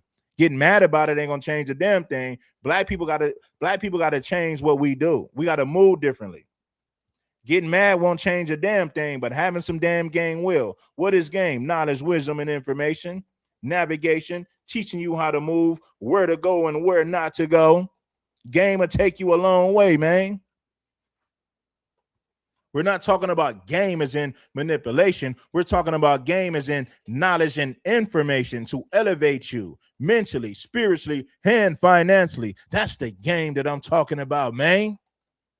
Ain't no game and manipulation. I ain't no damn manipulator. I give you the straight facts. You can deal with it or don't deal with it at all. So I want y'all to hear what this guy has to say. I love when the black community says, let's boycott Asian businesses. Please do. We'll get rid of the Chinese takeout, the dry cleaners, the laundromats. Let's get rid of the liquor stores as well. Get rid of the Jordans you guys wear, the Nikes you wear, the shower caps, the Hondas, the Hyundais, all your car electricians, the electronics in your house, the Sony, the TV system, your sound system, the microphones that you guys use to rap and speak about awareness for the black culture and the hip hop culture. Where do you think that's made? That's made all in Asia. And here's another thing for you guys. You guys want us to leave the neighborhood so bad? Oh, Asian people are not neighborhoods? We're in white neighborhoods. We have our own Chinatown. We have our own Koreatown. You think we really need you guys to benefit off and make money? A lot of us do go to college as well. You're being outworked by immigrants who barely speak English. And you're not embarrassed? Go to the bank, start your own businesses, and deal with your own people. I want to see your own women get on their hands and knees and do pedicures and manicures and deal with nasty ass attitudes, okay? Please, boycott Asian business. I'm all for it. Did he just really challenge people, of black people in particular? Did he just challenge us to a boycott? Oh, yes, he did. He challenged us for sure. Oh, yes, he did. Sir, do you know who he said, you need us. We don't need black folks, but black folks need us. You guys don't make your own products. The shoes you wear, the microphones you buy, we make it. All of it comes from us. You need us, but we don't need you. We don't need to put businesses in your community. We put them there because we know y'all gonna spend y'all money. But do we really need you guys? Absolutely not. And that is the mentality of the Asians. We don't need you and don't like you. You talking to? We are the only group in America that's really made that happen successfully. And you challenging us to do that?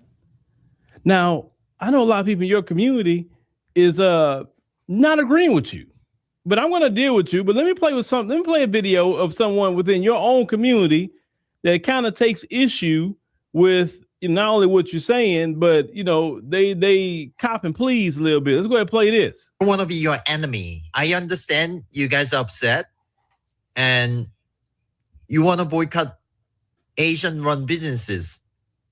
Totally fair. I do acknowledge that many Asian people could be racist. And I condemn all races, regardless their ethnicities.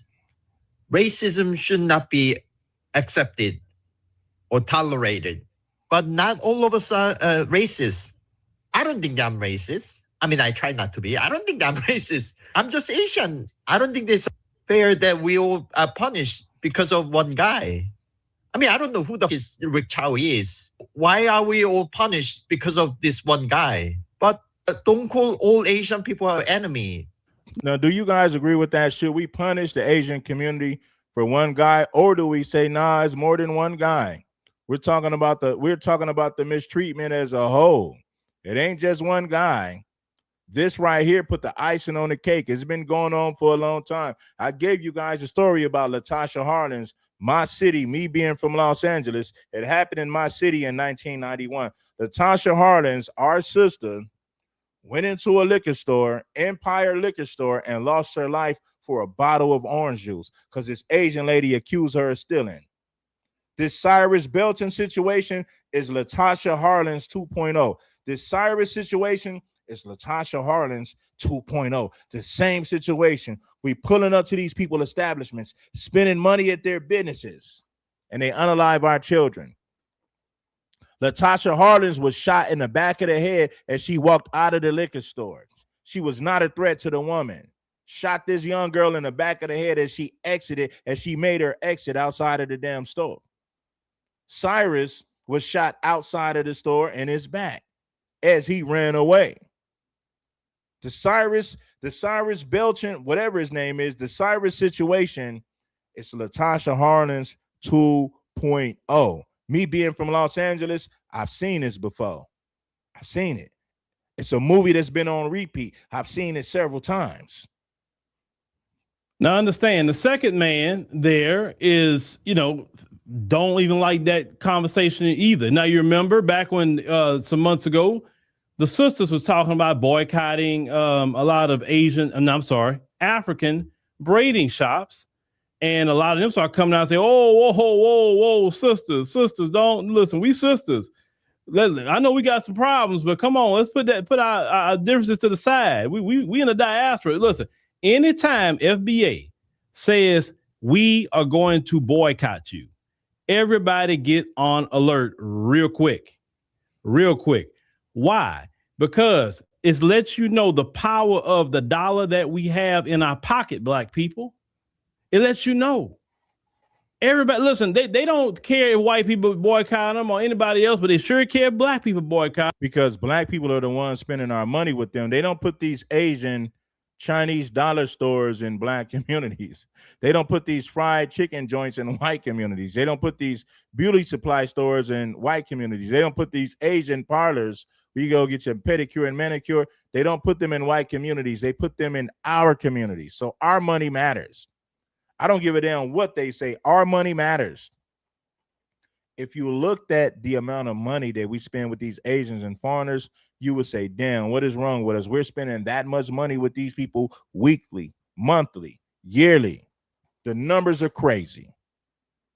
You guys wouldn't believe the amount of money that we spend with these foreigners or Asians in particular in our community. Look at the amount of money that we spend with them weekly, monthly, and yearly. It'll blow your damn mind, man.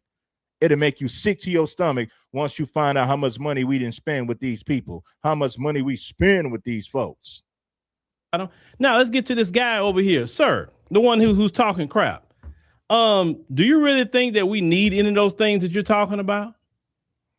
I mean, seriously. And I don't think Honda and Toyota would come out and say, hey, we don't black people boycott us. Go ahead. I don't think Honda and Toyota will be willing to do that. Okay. They want all the black dollars they can get. I don't think China, who makes a lot of product, would tell black people, we don't want you to work with you, because I know that's a lie. Because when I went to CES in January, a lot of Chinese vendors was telling me, hey, listen, this is what we got. Look, come over here to Guangzhou. We got the factory. Look, we can get you your own headphones if you want to sell your own branded headphones. Look, you want to sell cell phones, we got it. Listen, come over here with us. We'll work with you.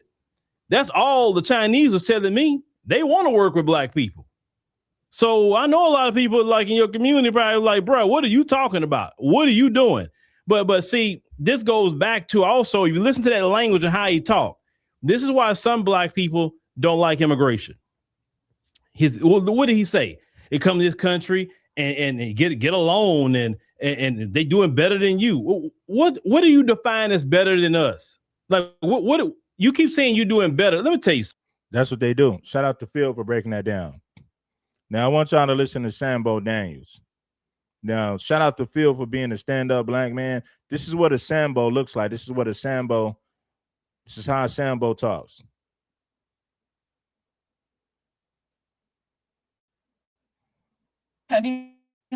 Like anti-blackness does not exist in our community, as if it's not a problem, because it is. We see it in the stereotypes that get repeated in our homes, in the way some people talk about black communities, the excuses people make when black people are harmed, and in the silence that follows when accountability is needed. The response for some Asian Americans for the killing of Cyrus Carmack Belton has been deeply disappointing. Instead of centering a 14-year-old black child who lost his life, some people rushed to defend Rick Chow, justify the shooting, or shift blame onto Cyrus himself. That should disturb all of us. We cannot keep demanding solidarity from other communities when anti-blackness within our own community goes unchallenged. We cannot talk about the racism Asian Americans face while refusing to acknowledge prejudice that exists in our own families and social circles. The model minority myth has convinced some Asian Americans that proximity to whiteness will protect us. It will not. That myth was created to divide communities of color and to encourage us to see ourselves as separate from the struggles of Black Americans. When we buy into that mentality, we become participants in a system that harms all of us. Accountability is not anti-Asian.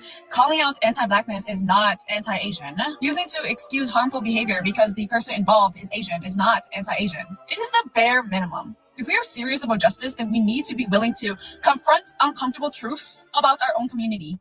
That means challenging anti-Black comments when we hear them, That means rejecting stereotypes. That means listening when Black people tell us about their experiences. And that means recognizing that solidarity is a commitment. It is not a slogan that you wear, that you can just slap on whatever you want. Cyrus Carmack Belton deserved to grow up.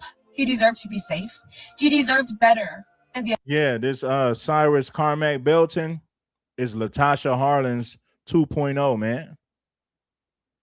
assumptions and the fears that ended his life. Let me educate y'all a little bit just to make sure that we all on the same page. Aside from the fact that he's a 14-year-old carrying a gun with a laser, pointing it on social media, and all of the other stuff, right? Because I've had these conversations. If you guys are unfamiliar, 14-year-old walks into a store. They say that he didn't have any money, but he got a backpack, he got a gun, and the gun has a laser on it. He gets confronted after walking around in the store for 20 minutes, taking stuff, putting it back, taking stuff, putting it back. They suspected that he shoplifted. Ultimately, he got chased, and the gun fell out. This is according to the testimony, not my opinion. What was testified was that he pointed a gun at the son. The father then shot him, tried to resuscitate him. They called 911. They was distraught about it. Rick Chow, 3 years later, then gets acquitted, not guilty. Let me be the person that says the uncomfortable part out loud. What makes y'all think that even before this, that Black culture ever messed with y'all in the first place, that Black culture was championing Asian causes? And I don't care what type of Asian people that you talk about, because most Black people just automatically assume that you're Chinese. Let's be clear about that. And it doesn't matter. They're already calling for a boycott of you guys, even though you didn't have anything to do with it. And it don't matter if you was Chinese, Japanese, Vietnamese, whatever. It doesn't matter. They're already calling for a boycott. So y'all thinking that y'all got some kind of solidarity with Black culture. You're no different than the white apologists that continue to uphold this racist narrative that keep us divided in the first place. If you think in any shape, capacity, or form that Black people care anything about you outside of what they can order from your store, and that at every turn, the culture is saying, listen, we're not looking to align with you in any way, shape, or form. As a matter of fact, they despise the Asian hate crime bill because it didn't have anything to do with them, and they compared it to how they didn't get anything out of it. And so y'all don't necessarily mean anything to the culture anyway. That's the uncomfortable truth out loud. You sitting here thinking that you're aligning with people based off of trying to pander, and it's going to backfire in your face. Nobody cares about. Basically, what he's telling her, she ain't got no business apologizing to the Black community. Anton gets mad when white people apologize to the Black community. He tell them, stop being a white apologist. You don't need to be apologizing to those Black folks. So in so many words, he's telling this Asian woman, you ain't got no damn business apologizing to Black folks. They're ghetto. They're savages. They don't care about themselves, so you know they don't care about you. You ain't got no business apologizing to them Black folks. That's exactly what Tampon is saying. What you think. The only thing that matters is the truth. A 14-year-old is walking around with a pistol. I don't care. He didn't point it at nobody. It'd be one thing if he pulled out the pistol in the store and, you know, oh boy, so okay, he pulled out a pistol in here. I got to protect my family. That's one thing. But when you chase somebody outside of your property, that's not self-defense, you damn dummy. You sack chaser. You're not a bag chaser. You a sack chaser. You're chasing a white man's sack. You're chasing a white man's bag. That's what you're doing, Tampon, with your double D titties. What you think gonna happen? Nothing good can come out of that. Asian Americans, we have a responsibility to confront anti-Blackness wherever it exists, including within our community. Right. Man, there's a lot of talk going on about this Chow and Cyrus case. Look, first of all, man, we don't even know them boys. Shit, to us, that shit was a one-on-one. I don't know what the fuck y'all got going on. The hell y'all gonna hit us for? We didn't do shit to y'all. He think he Black, talking in a Black vernacular. He must be one of them. He sound like one of them Asians from Houston or something who think he Black. Shit, to us, that shit was a one-on-one. I don't know what the fuck y'all got going on. The hell y'all gonna hit us for? We didn't do shit to y'all. I don't know, shit. We united over here. I don't know. I love everybody. What the fuck they got going on? But shit, if y'all so mad, go get that man. Shit, the fuck, man? Y'all want us to go to jail for murder for y'all? Y'all ain't finna catch nobody for us. You feel me? I don't know what y'all on. But shit, we love y'all. We hope y'all love us back. I don't know, man. Shit, if y'all so mad at that child dude, y'all What he's saying is black people need to go deal with him. Don't blame all of us Asians. Now, I do know some Asians who are cool as hell, who've never treated me bad, who's never followed me around their store, you know, because I grew up in LA and I went to a lot of liquor stores that were owned by Asians, and I never had a problem with them, right? But you do have the ones who are racist. I get that. But black people are just fed up as a whole, man. You don't know which ones are racist and which ones are not. So you say, you know what? We need to just boycott all of them. Black folks are just fed up. This dude right here think he's black, though. He think he's black for sure. need to go get that boy. Fuck that racism shit. It's all love over here, man. Shit, if y'all so mad at that child dude, y'all need to go get that boy. Fuck that racism shit. It's all love over here, baby. Peace. Leave Asian people alone. After this recent Cyrus and Chow case, I've started reading comments and people are talking about boycotting Asian-owned businesses. This is exactly why I feel the need I gotta produce race-related content, because if I don't, ridiculous narratives start taking hold and it just exacerbates racial tension. So far, I've been completely disgusted at some of the racist comments that I start seeing black people make. What upsets me is that black people should understand prejudice and discrimination and racism more than anybody else. And I'm watching you all impose the exact same things on the Asian community, and it's disgusting. Nobody cares because nobody is trying to figure out, do I want it done to me? And so I'm not going to do it to you, whatever, blah, blah, blah, so on and so forth. Anytime somebody goes against black people, Tampon co-signs it. If you talking against black people, he gonna co-sign it every time. Anytime you got a message to where you're putting blacks in their place, or you believe that you're putting blacks in their place, Tampon gonna sit up there and co-sign it. And nobody cares. Nobody cares in any way, shape, or form. People are going to do what they want to do. And to be honest with you, I don't even care if they decide that they want to boycott or not support Asian businesses. People can do whatever they want inside of the United States of America. And if people decide that they don't want to support black people or black businesses or be catering to them or refuse services or whatever, then cool. Then that's the reciprocation, or that's the result that come along with it. I'm no longer trying to convince people to look at things logically. The only thing that I really care about is bringing forth the truth so that people can make an informed decision for themselves. I'm always gonna rock with people based off of the character of who they are individually, and I'm not. Look at him trying to hide them titties. He trying to hide them titties, man. He trying to hide them breasts. Yeah, he trying to hide his breasts. He got D cups for a breast, man. For breast. This dude got a D cup, man. That's his bra size. Yo, you know what I'm saying? D cup, that's my bra size. Word up. I'm Tampon Daniels. Word up, Tampon got a D cup for breast, man. Trying to hide them tig old bitties. Like we don't know. Group a bunch of people into the same boat, but I will address the cultural norms that is promoted that ultimately is the negative thing for us. 100%. A lot of Asian people have worked hard to build their family businesses and make lives for their families in America.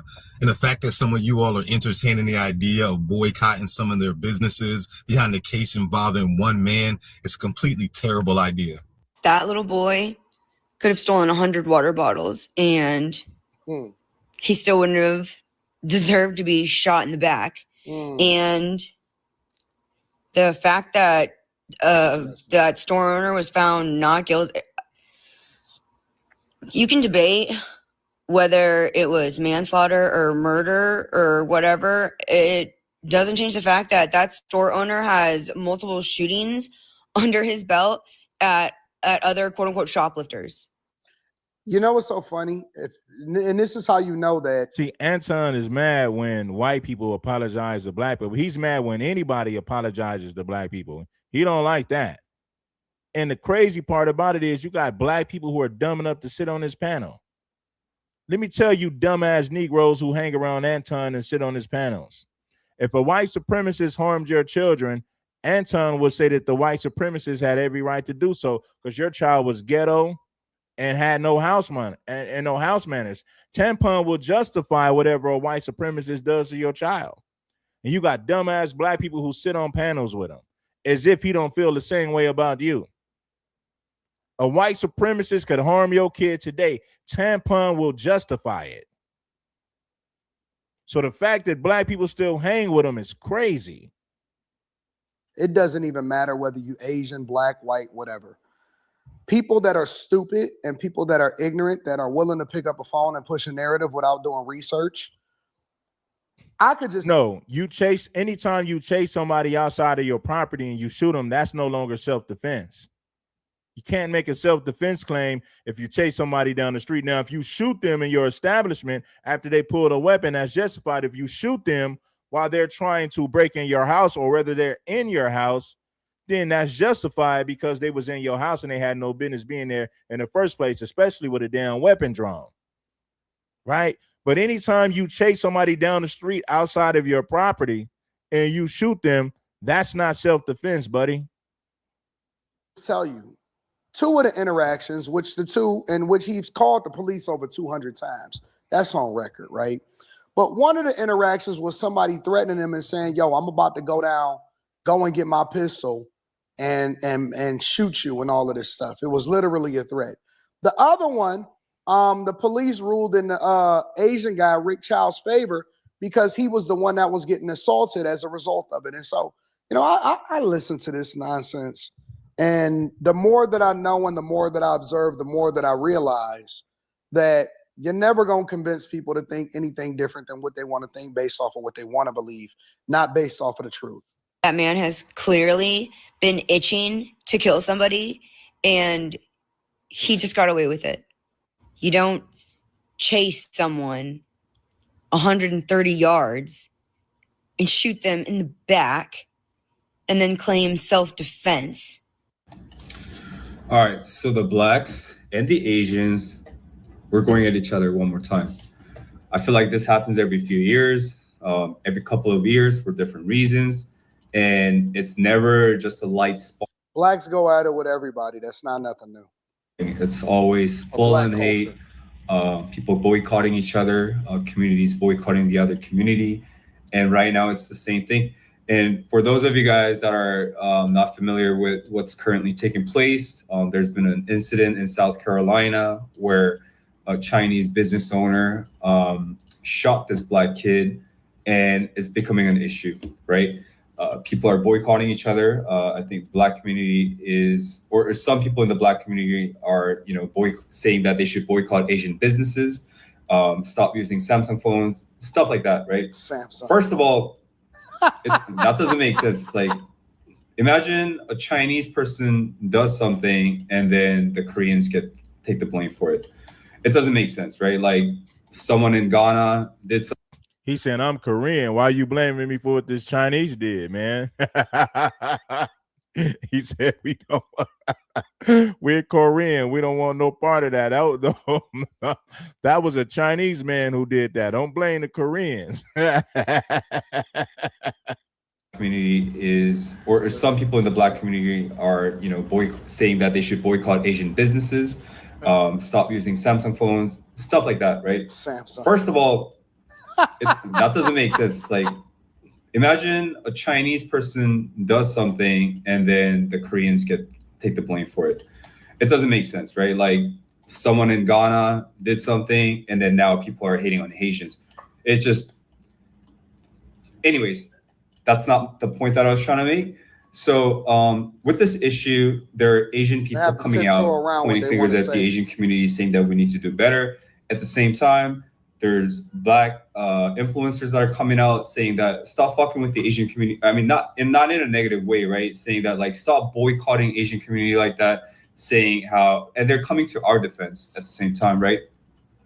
It's really encouraging because like a lot of the times the conversation isn't as cordial.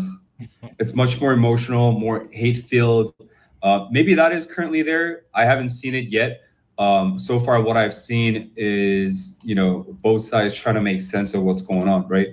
Which is very encouraging because in real life, I don't know, it's what I believe are the people that are out there perpetrating hate towards the other community are usually the people that have never experienced the other community. Let me know what y'all think inside of the comments. Make sure y'all tap into the Patreon. Link is in the description. Teach Henley 40% off your first order, 20% off of life. I love you. I appreciate you. I'm going to holler at you guys later. Peace. All right, man. Now that we got to that. Oh, man. Shout out to the people, man. Bless the like button. It ain't nothing. Now, let's say Cyrus was a 14-year-old white kid, right? And this happened. Now, what they're going to say is, well, white kids don't act like that. That's a Black problem. A white kid wouldn't get caught doing what Cyrus did. That's a Black problem. Right? Well, if Cyrus was a 14-year-old white kid, there's no way he would have got off with self-defense. Because we all know when you're chasing somebody and they're running away, you can't claim self-defense at that point because they are running away. So at that point, you wasn't defending yourself, especially if they got their back turned to you running away. It's impossible to say that you're defending yourself. Well, it ain't impossible to say it, but that's not what happened. It's not self-defense if you're chasing somebody and they're running away with their back turned to you. That is nonsense. FBAs and SC are hella weak. That business isn't burned down. Well, he sold it, bro. He sold the business, right? I don't believe that brothers out there are weak. He sold the business. He's not still there. That Asian man was smart enough to know that he got to sell that business. There's no way that he can live there and do business without something happening to him or his family. He understood that. That's why he sold the business. He sold it and got the hell on. You know what I'm saying? If Mr. Child would have shot a 14-year-old white kid that was running away from him, Mr. Child would be serving life in prison. There's no other way. There's no way he wouldn't be serving life in prison for shooting a 14-year-old white kid that was running away from him. Hit the like button. It ain't nothing. Oh, it ain't nothing. Hit that damn like. Oh, O'Shea went in on. O'Shea just published the video, so I don't want to use it right now, but. Cyrus went into this gas station behind me wearing a backpack. Per the owner's instructions, they told him it was policy for people to leave the backpack at the front of the store. He did that. He started shopping. They followed him. Before he left, they accused him of stealing 4 water bottles.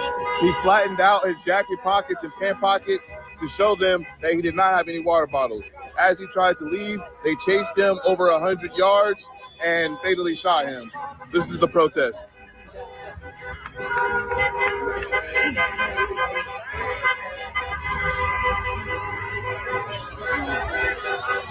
Young man was 14 years old.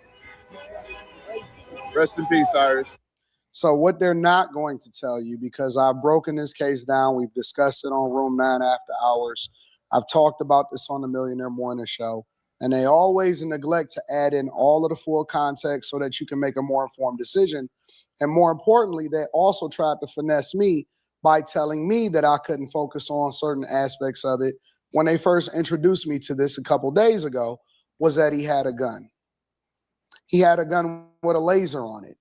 It don't matter if he had a gun with a laser on it. He didn't point it at the man in the store. You chase somebody down the street, they should shoot you. He should have turned around and blasted Mr. Child. How you chasing me and I'm not on your property? I'm not even on your property. Why are you chasing me? I have nothing. He didn't steal anything. Listen, man, it is impossible. Well, you would think it's impossible, but when it happens to a black kid, they bend the rules, they twist the rules. All of a sudden, they'll justify you taking the life of a black kid, even though he was running away with his back turned when you shot him. But somehow they found a way to justify it. Well, he had a gun. He didn't pull out the gun in the store. How you gonna claim self-defense when you're chasing somebody and they're running away with their back turned? Oh, I get it. It's a 14-year-old black kid, so no one cares. The shooting was justified. Child had a legitimate reason to claim self-defense. He got away with it. He was found not guilty. He also had a gun with a laser on it, posting it regularly on social media. So now the owner, I don't care what he did on social media. He didn't pull out that gun in the store. He didn't point the gun at Mr. Chow in the store.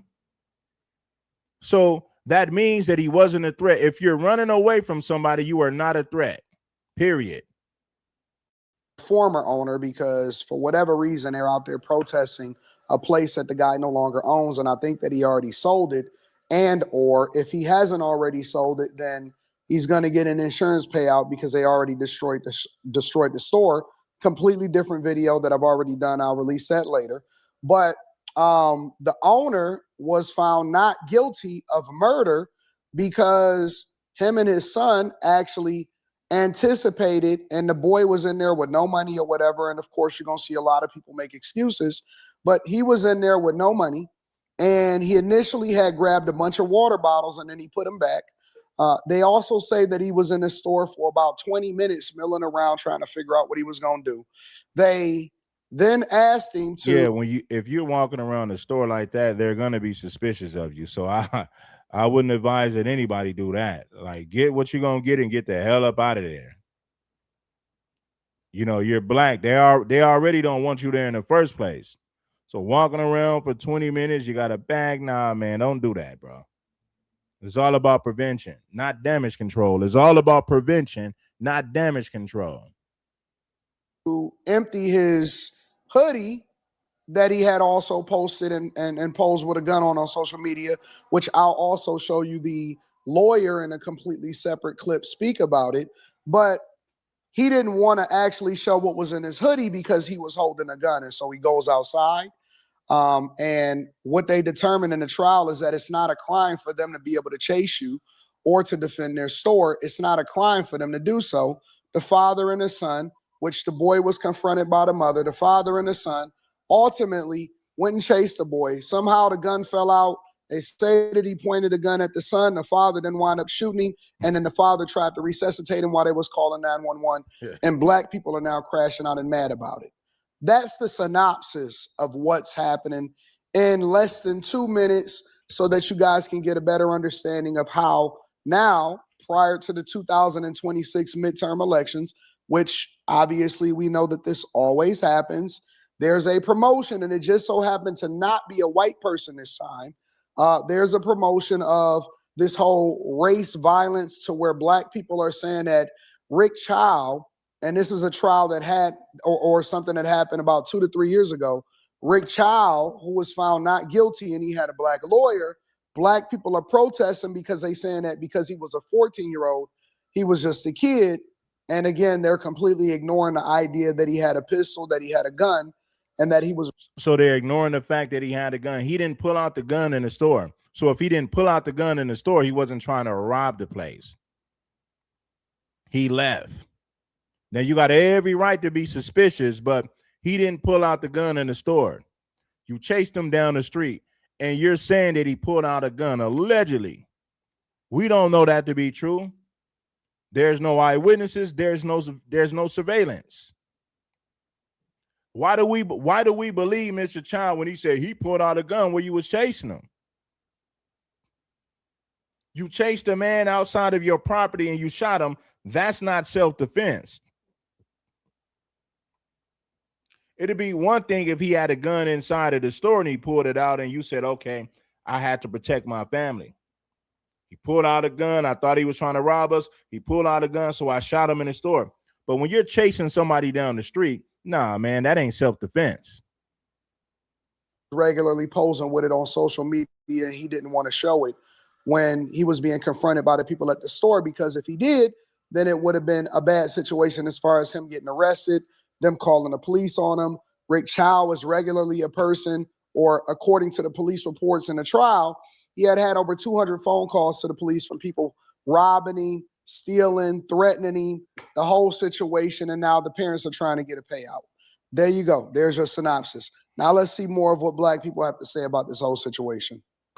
I'm going to say what a lot of y'all don't want to hear. If you're going to be online outraged that that man murdered that little boy, because yes, 14 years old is a little boy. That's a child. That's not a young Black man. I don't care what anybody says. You need to stay out of their nail salons. You need to stay out of their beauty supply stores. You need to stay out of their gas stations, their corner stores. We need to have a backbone.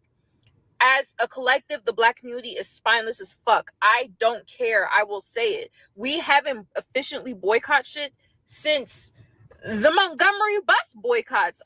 So let's ignore Target. Let's ignore Elon Musk. Let's ignore Tesla. Let's ignore No Kings. Let's ignore all of the stuff that's been promoted about boycotting. But let's back up for a second.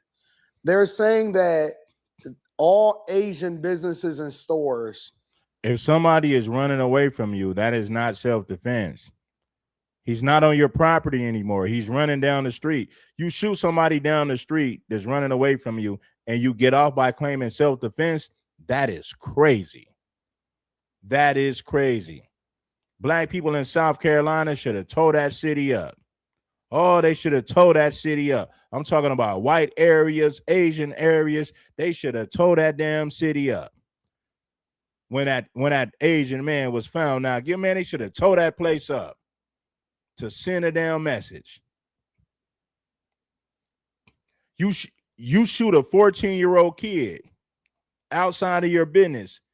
You chase him down the street. You shoot him when he's running away, and you get off by claiming self-defense. Man, brothers and sisters should have tore up South Carolina. They should have tore up Columbia, South Carolina. I'm just being real with you. I'm not saying that I want that to happen, but sometimes you got to send a damn message, man. You mean to tell me you can shoot a 14-year-old kid way down the street outside of your business? You shoot him in the back when he's running away, and you get off by claiming self-defense? That is crazy. That is crazy. Need to be boycotted now. Don't matter if you're Korean. Don't matter if you're Vietnamese. Doesn't matter if you're Indian. It doesn't matter if you're Chinese, if you're Japanese. None of it matters. Asian businesses need to be boycotted all of a sudden by Black people.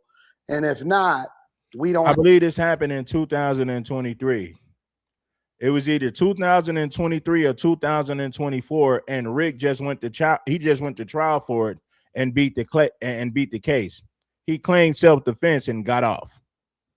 You chase somebody down the street outside of your business, you shoot them as they running away, and you get off by claiming self-defense. That is crazy. I don't care what nobody say.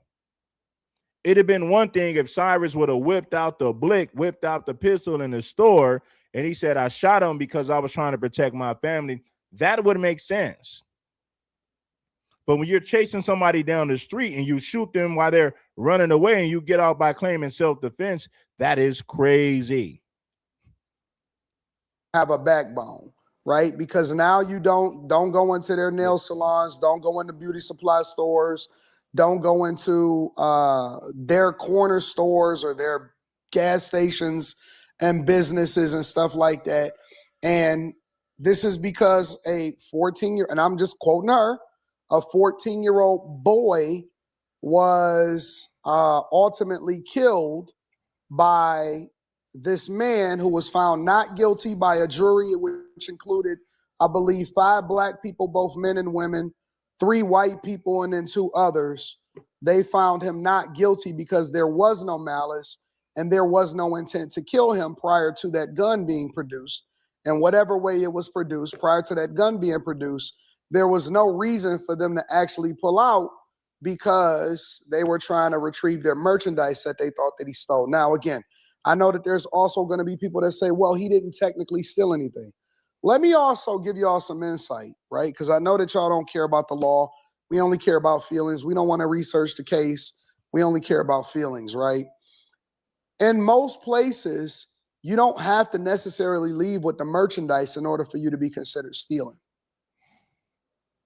None of the technical details matter anyway, because of course you're going to make excuses for it because it was a young 14-year-old black man that lost his life. Now, have you noticed this coward ain't made no videos about Chud the Builder, but he's making videos about Cyrus. He's making videos about Carmelo Anthony, but no videos about Chud the Builder because he's a damn coward.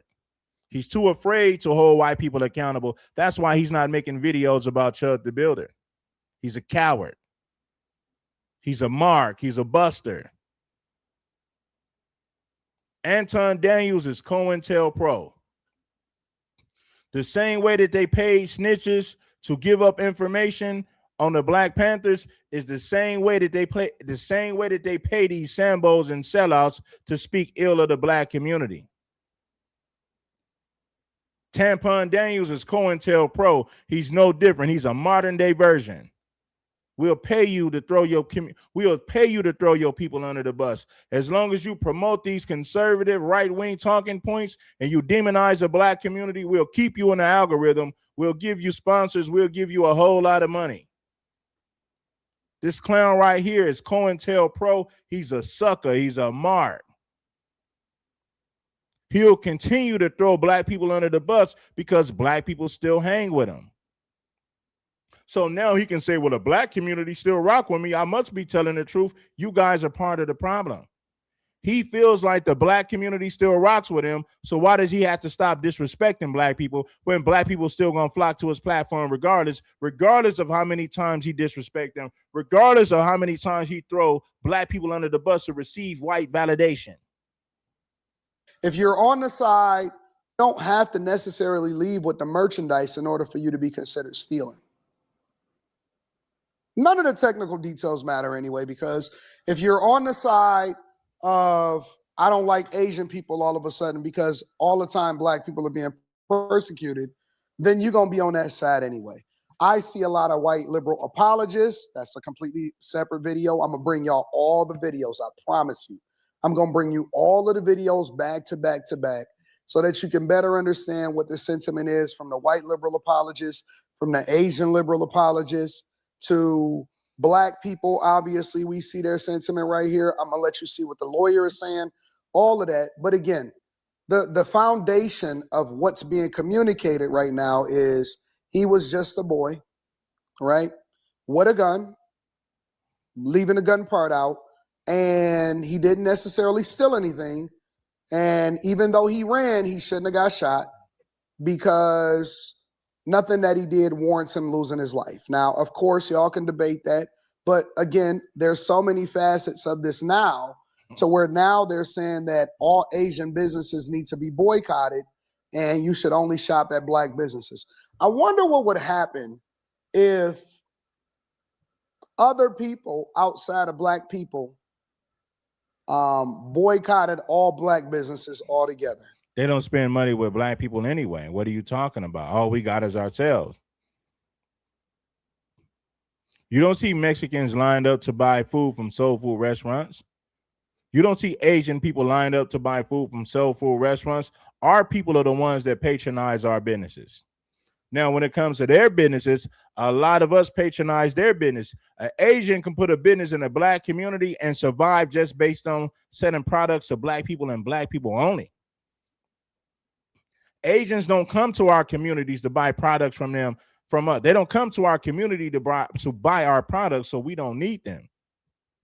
They set up shop in our community so that we can spend our money with them, not the other way around. So it's not like you got a lot of Latinos and Asians spending a lot of money with black businesses in the first place. Come on, man. They'll buy rap music, but they buy rap music because they want to steal it. They want to be accepted in the culture.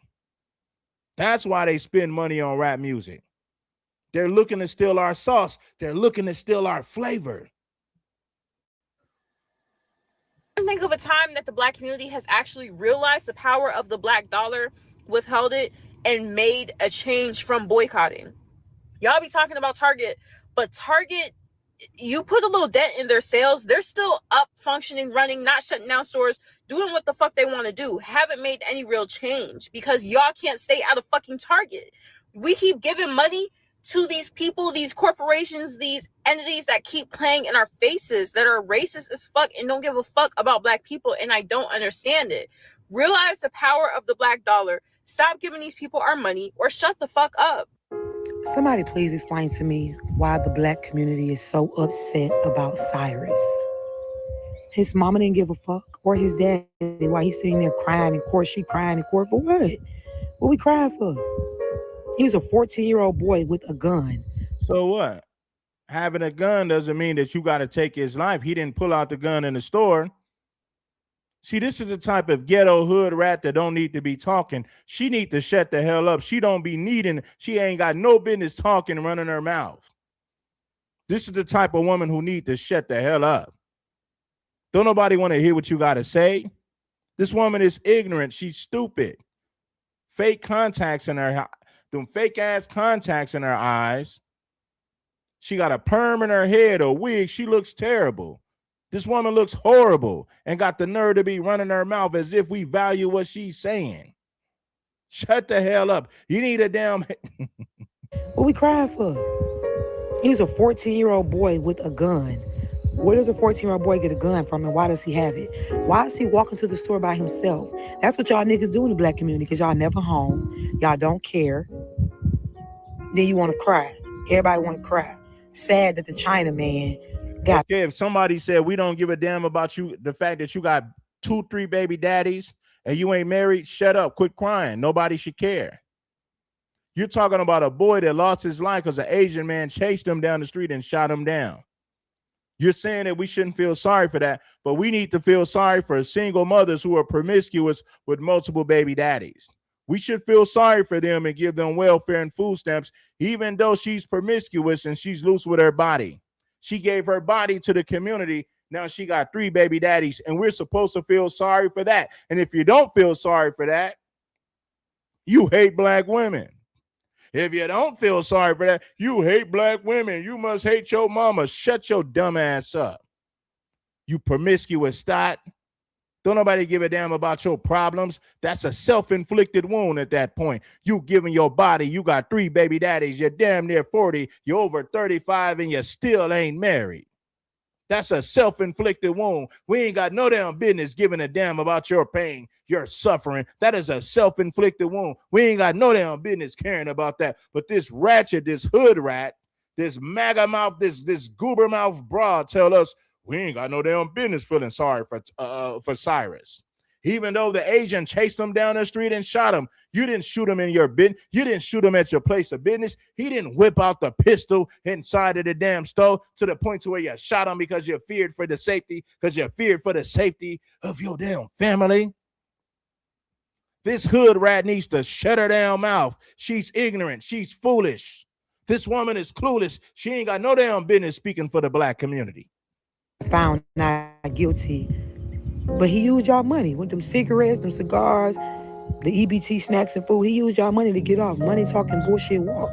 Yeah, she's sitting up there looking like a whole damn man. Ain't nothing feminine about this, bro. You think anybody, the only person that would date this woman is a low-life ghetto Black man. White men, like, oh, hell no, she look like a man. Asian man looking like, hell no, she look like a man. Latino man like, oh, damn, she look like a man. The only man that will tolerate this low-hanging fruit is a Black man who's a low-hanging fruit himself.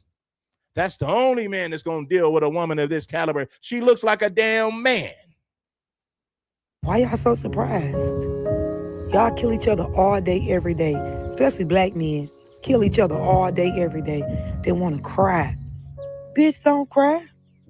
The fuck? Do better by your children. Raise them. Stop trying to be their damn friend.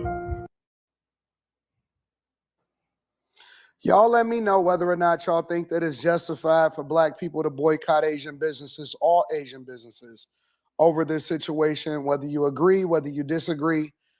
You already know that a lot of people gonna disagree with me because they're gonna say that I'm not on code. I call a spade a spade. It is what it is. I don't really care about what other people think. Let me You know. don't call a spade a spade. You ain't make no videos about Chud the Builder. Shut your weak ass up, fool. No videos about Chud the Builder, but you got videos about Carmelo Anthony and Cyrus Beltran. But no videos about Chud the Builder, but you call a spade a spade. Man, shut your dumb ass up. You Sambo, you bootlicker, you ass kisser. You're not an equal opportunity smoke giver. You a white man ass kisser. Got the nerve to say that he's an equal opportunity smoke giver. No, you a white man ass kisser. That's what you are. And you do it for money. Tampon Daniels is no different than the black men in the 1960s who were COINTELPRO, who sold out the community to get money, to get checks from the federal government. Tampon is no different from the informants in the 1960s who sold out the Black Panthers to get money from the federal government. Tampon is no different. He's doing the same thing in a new era. He's promoting white propaganda on social media. So they keep him in the algorithm and they pay him to do their bidding, to spread their propaganda and nonsense. Yeah, true story. Yeah, he's a sack chaser. He's a white tee man sack chaser. He ain't no bag chaser. He's chasing the sack of the white man. Tampon Daniels is COINTELPRO 2026. He'll throw his community under the bus for some white validation. Yeah, true story. He's a mock. He's a buster. He's a certified sucker. Hit the like button, man, if you ain't hit the like button if you haven't already. But listen, man, I'm going to get up out of here, man. It's your player partner, King Supreme. Tampon Daniels is COINTELPRO 2026. He throws the black community under the bus to receive white validation and checks from white tea people. They pay them real good to promote their propaganda. And the sad part about it is you got black people who still sit on panels with them. You guys are pathetic. All you black folks who sit on panels with Tampon, you guys are pathetic. 100%. You're worthless individuals. If a white, let me speak to the people who hop on panels with Tampon Daniels. Let me speak to the people who hop on panels with Tampon Daniels. If a white supremacist harmed your children, Tampon will make an excuse for it. And y'all still sit your dusty ass around this ignorant man, this buffoon, this Sambo. He's COINTELPRO. He throws the black community under the bus to receive validation from white folks in a white community. That is how he gets his money. If you're rocking with this sucker and you're rocking with this buster, your black card needs to be revoked. Seriously. If you sit on panels with him, you should not be taken seriously. Well, he gives great business advice. There's other people who give there's people out there who give great business advice, and they're not a Sambo, they're not a tap dancing Sambo, they're not a raccoon. There's plenty of people out there that you can get legal advice, that you can get advice from pertaining to business without going to this damn Sambo. He ain't the only one that can give you advice on how to start a damn business. You guys are making excuses for rocking with this Sambo. That's what all these black people who hang around Tampon, they make excuses to rock with him. Well, he gives us advice on business. You got a white supremacist who gives advice on business. This buffoon, this Sambo ain't doing you no favor. Well, I know he's a Sambo. I know he's a sellout, but I still rock with him because he gives great business advice. Man, shut your dumb ass up. You got white supremacists who can give you he got white supremacists that can give you some good advice pertaining to business. You got rainbow community members that can give you some good advice pertaining to business. You're making excuses to be cool with this Sambo. That's exactly what those black folks be doing, the ones who hang around them, the ones who sit on panels with them. Tampon Daniels is COINTELPRO 2026. He's a federal agent. He's paid off. He's paid to promote propaganda. This sucker, this buster is COINTELPRO, and black people still rock with him, which is truly sad. I'm going to get up out of here, man. Peace, love, and blessings. Giving you gain to keep you from stressing. It is King Supreme. Make sure that you support the game. I'm up out of here, man. Peace. I appreciate everybody for pulling up, man. I'm gone.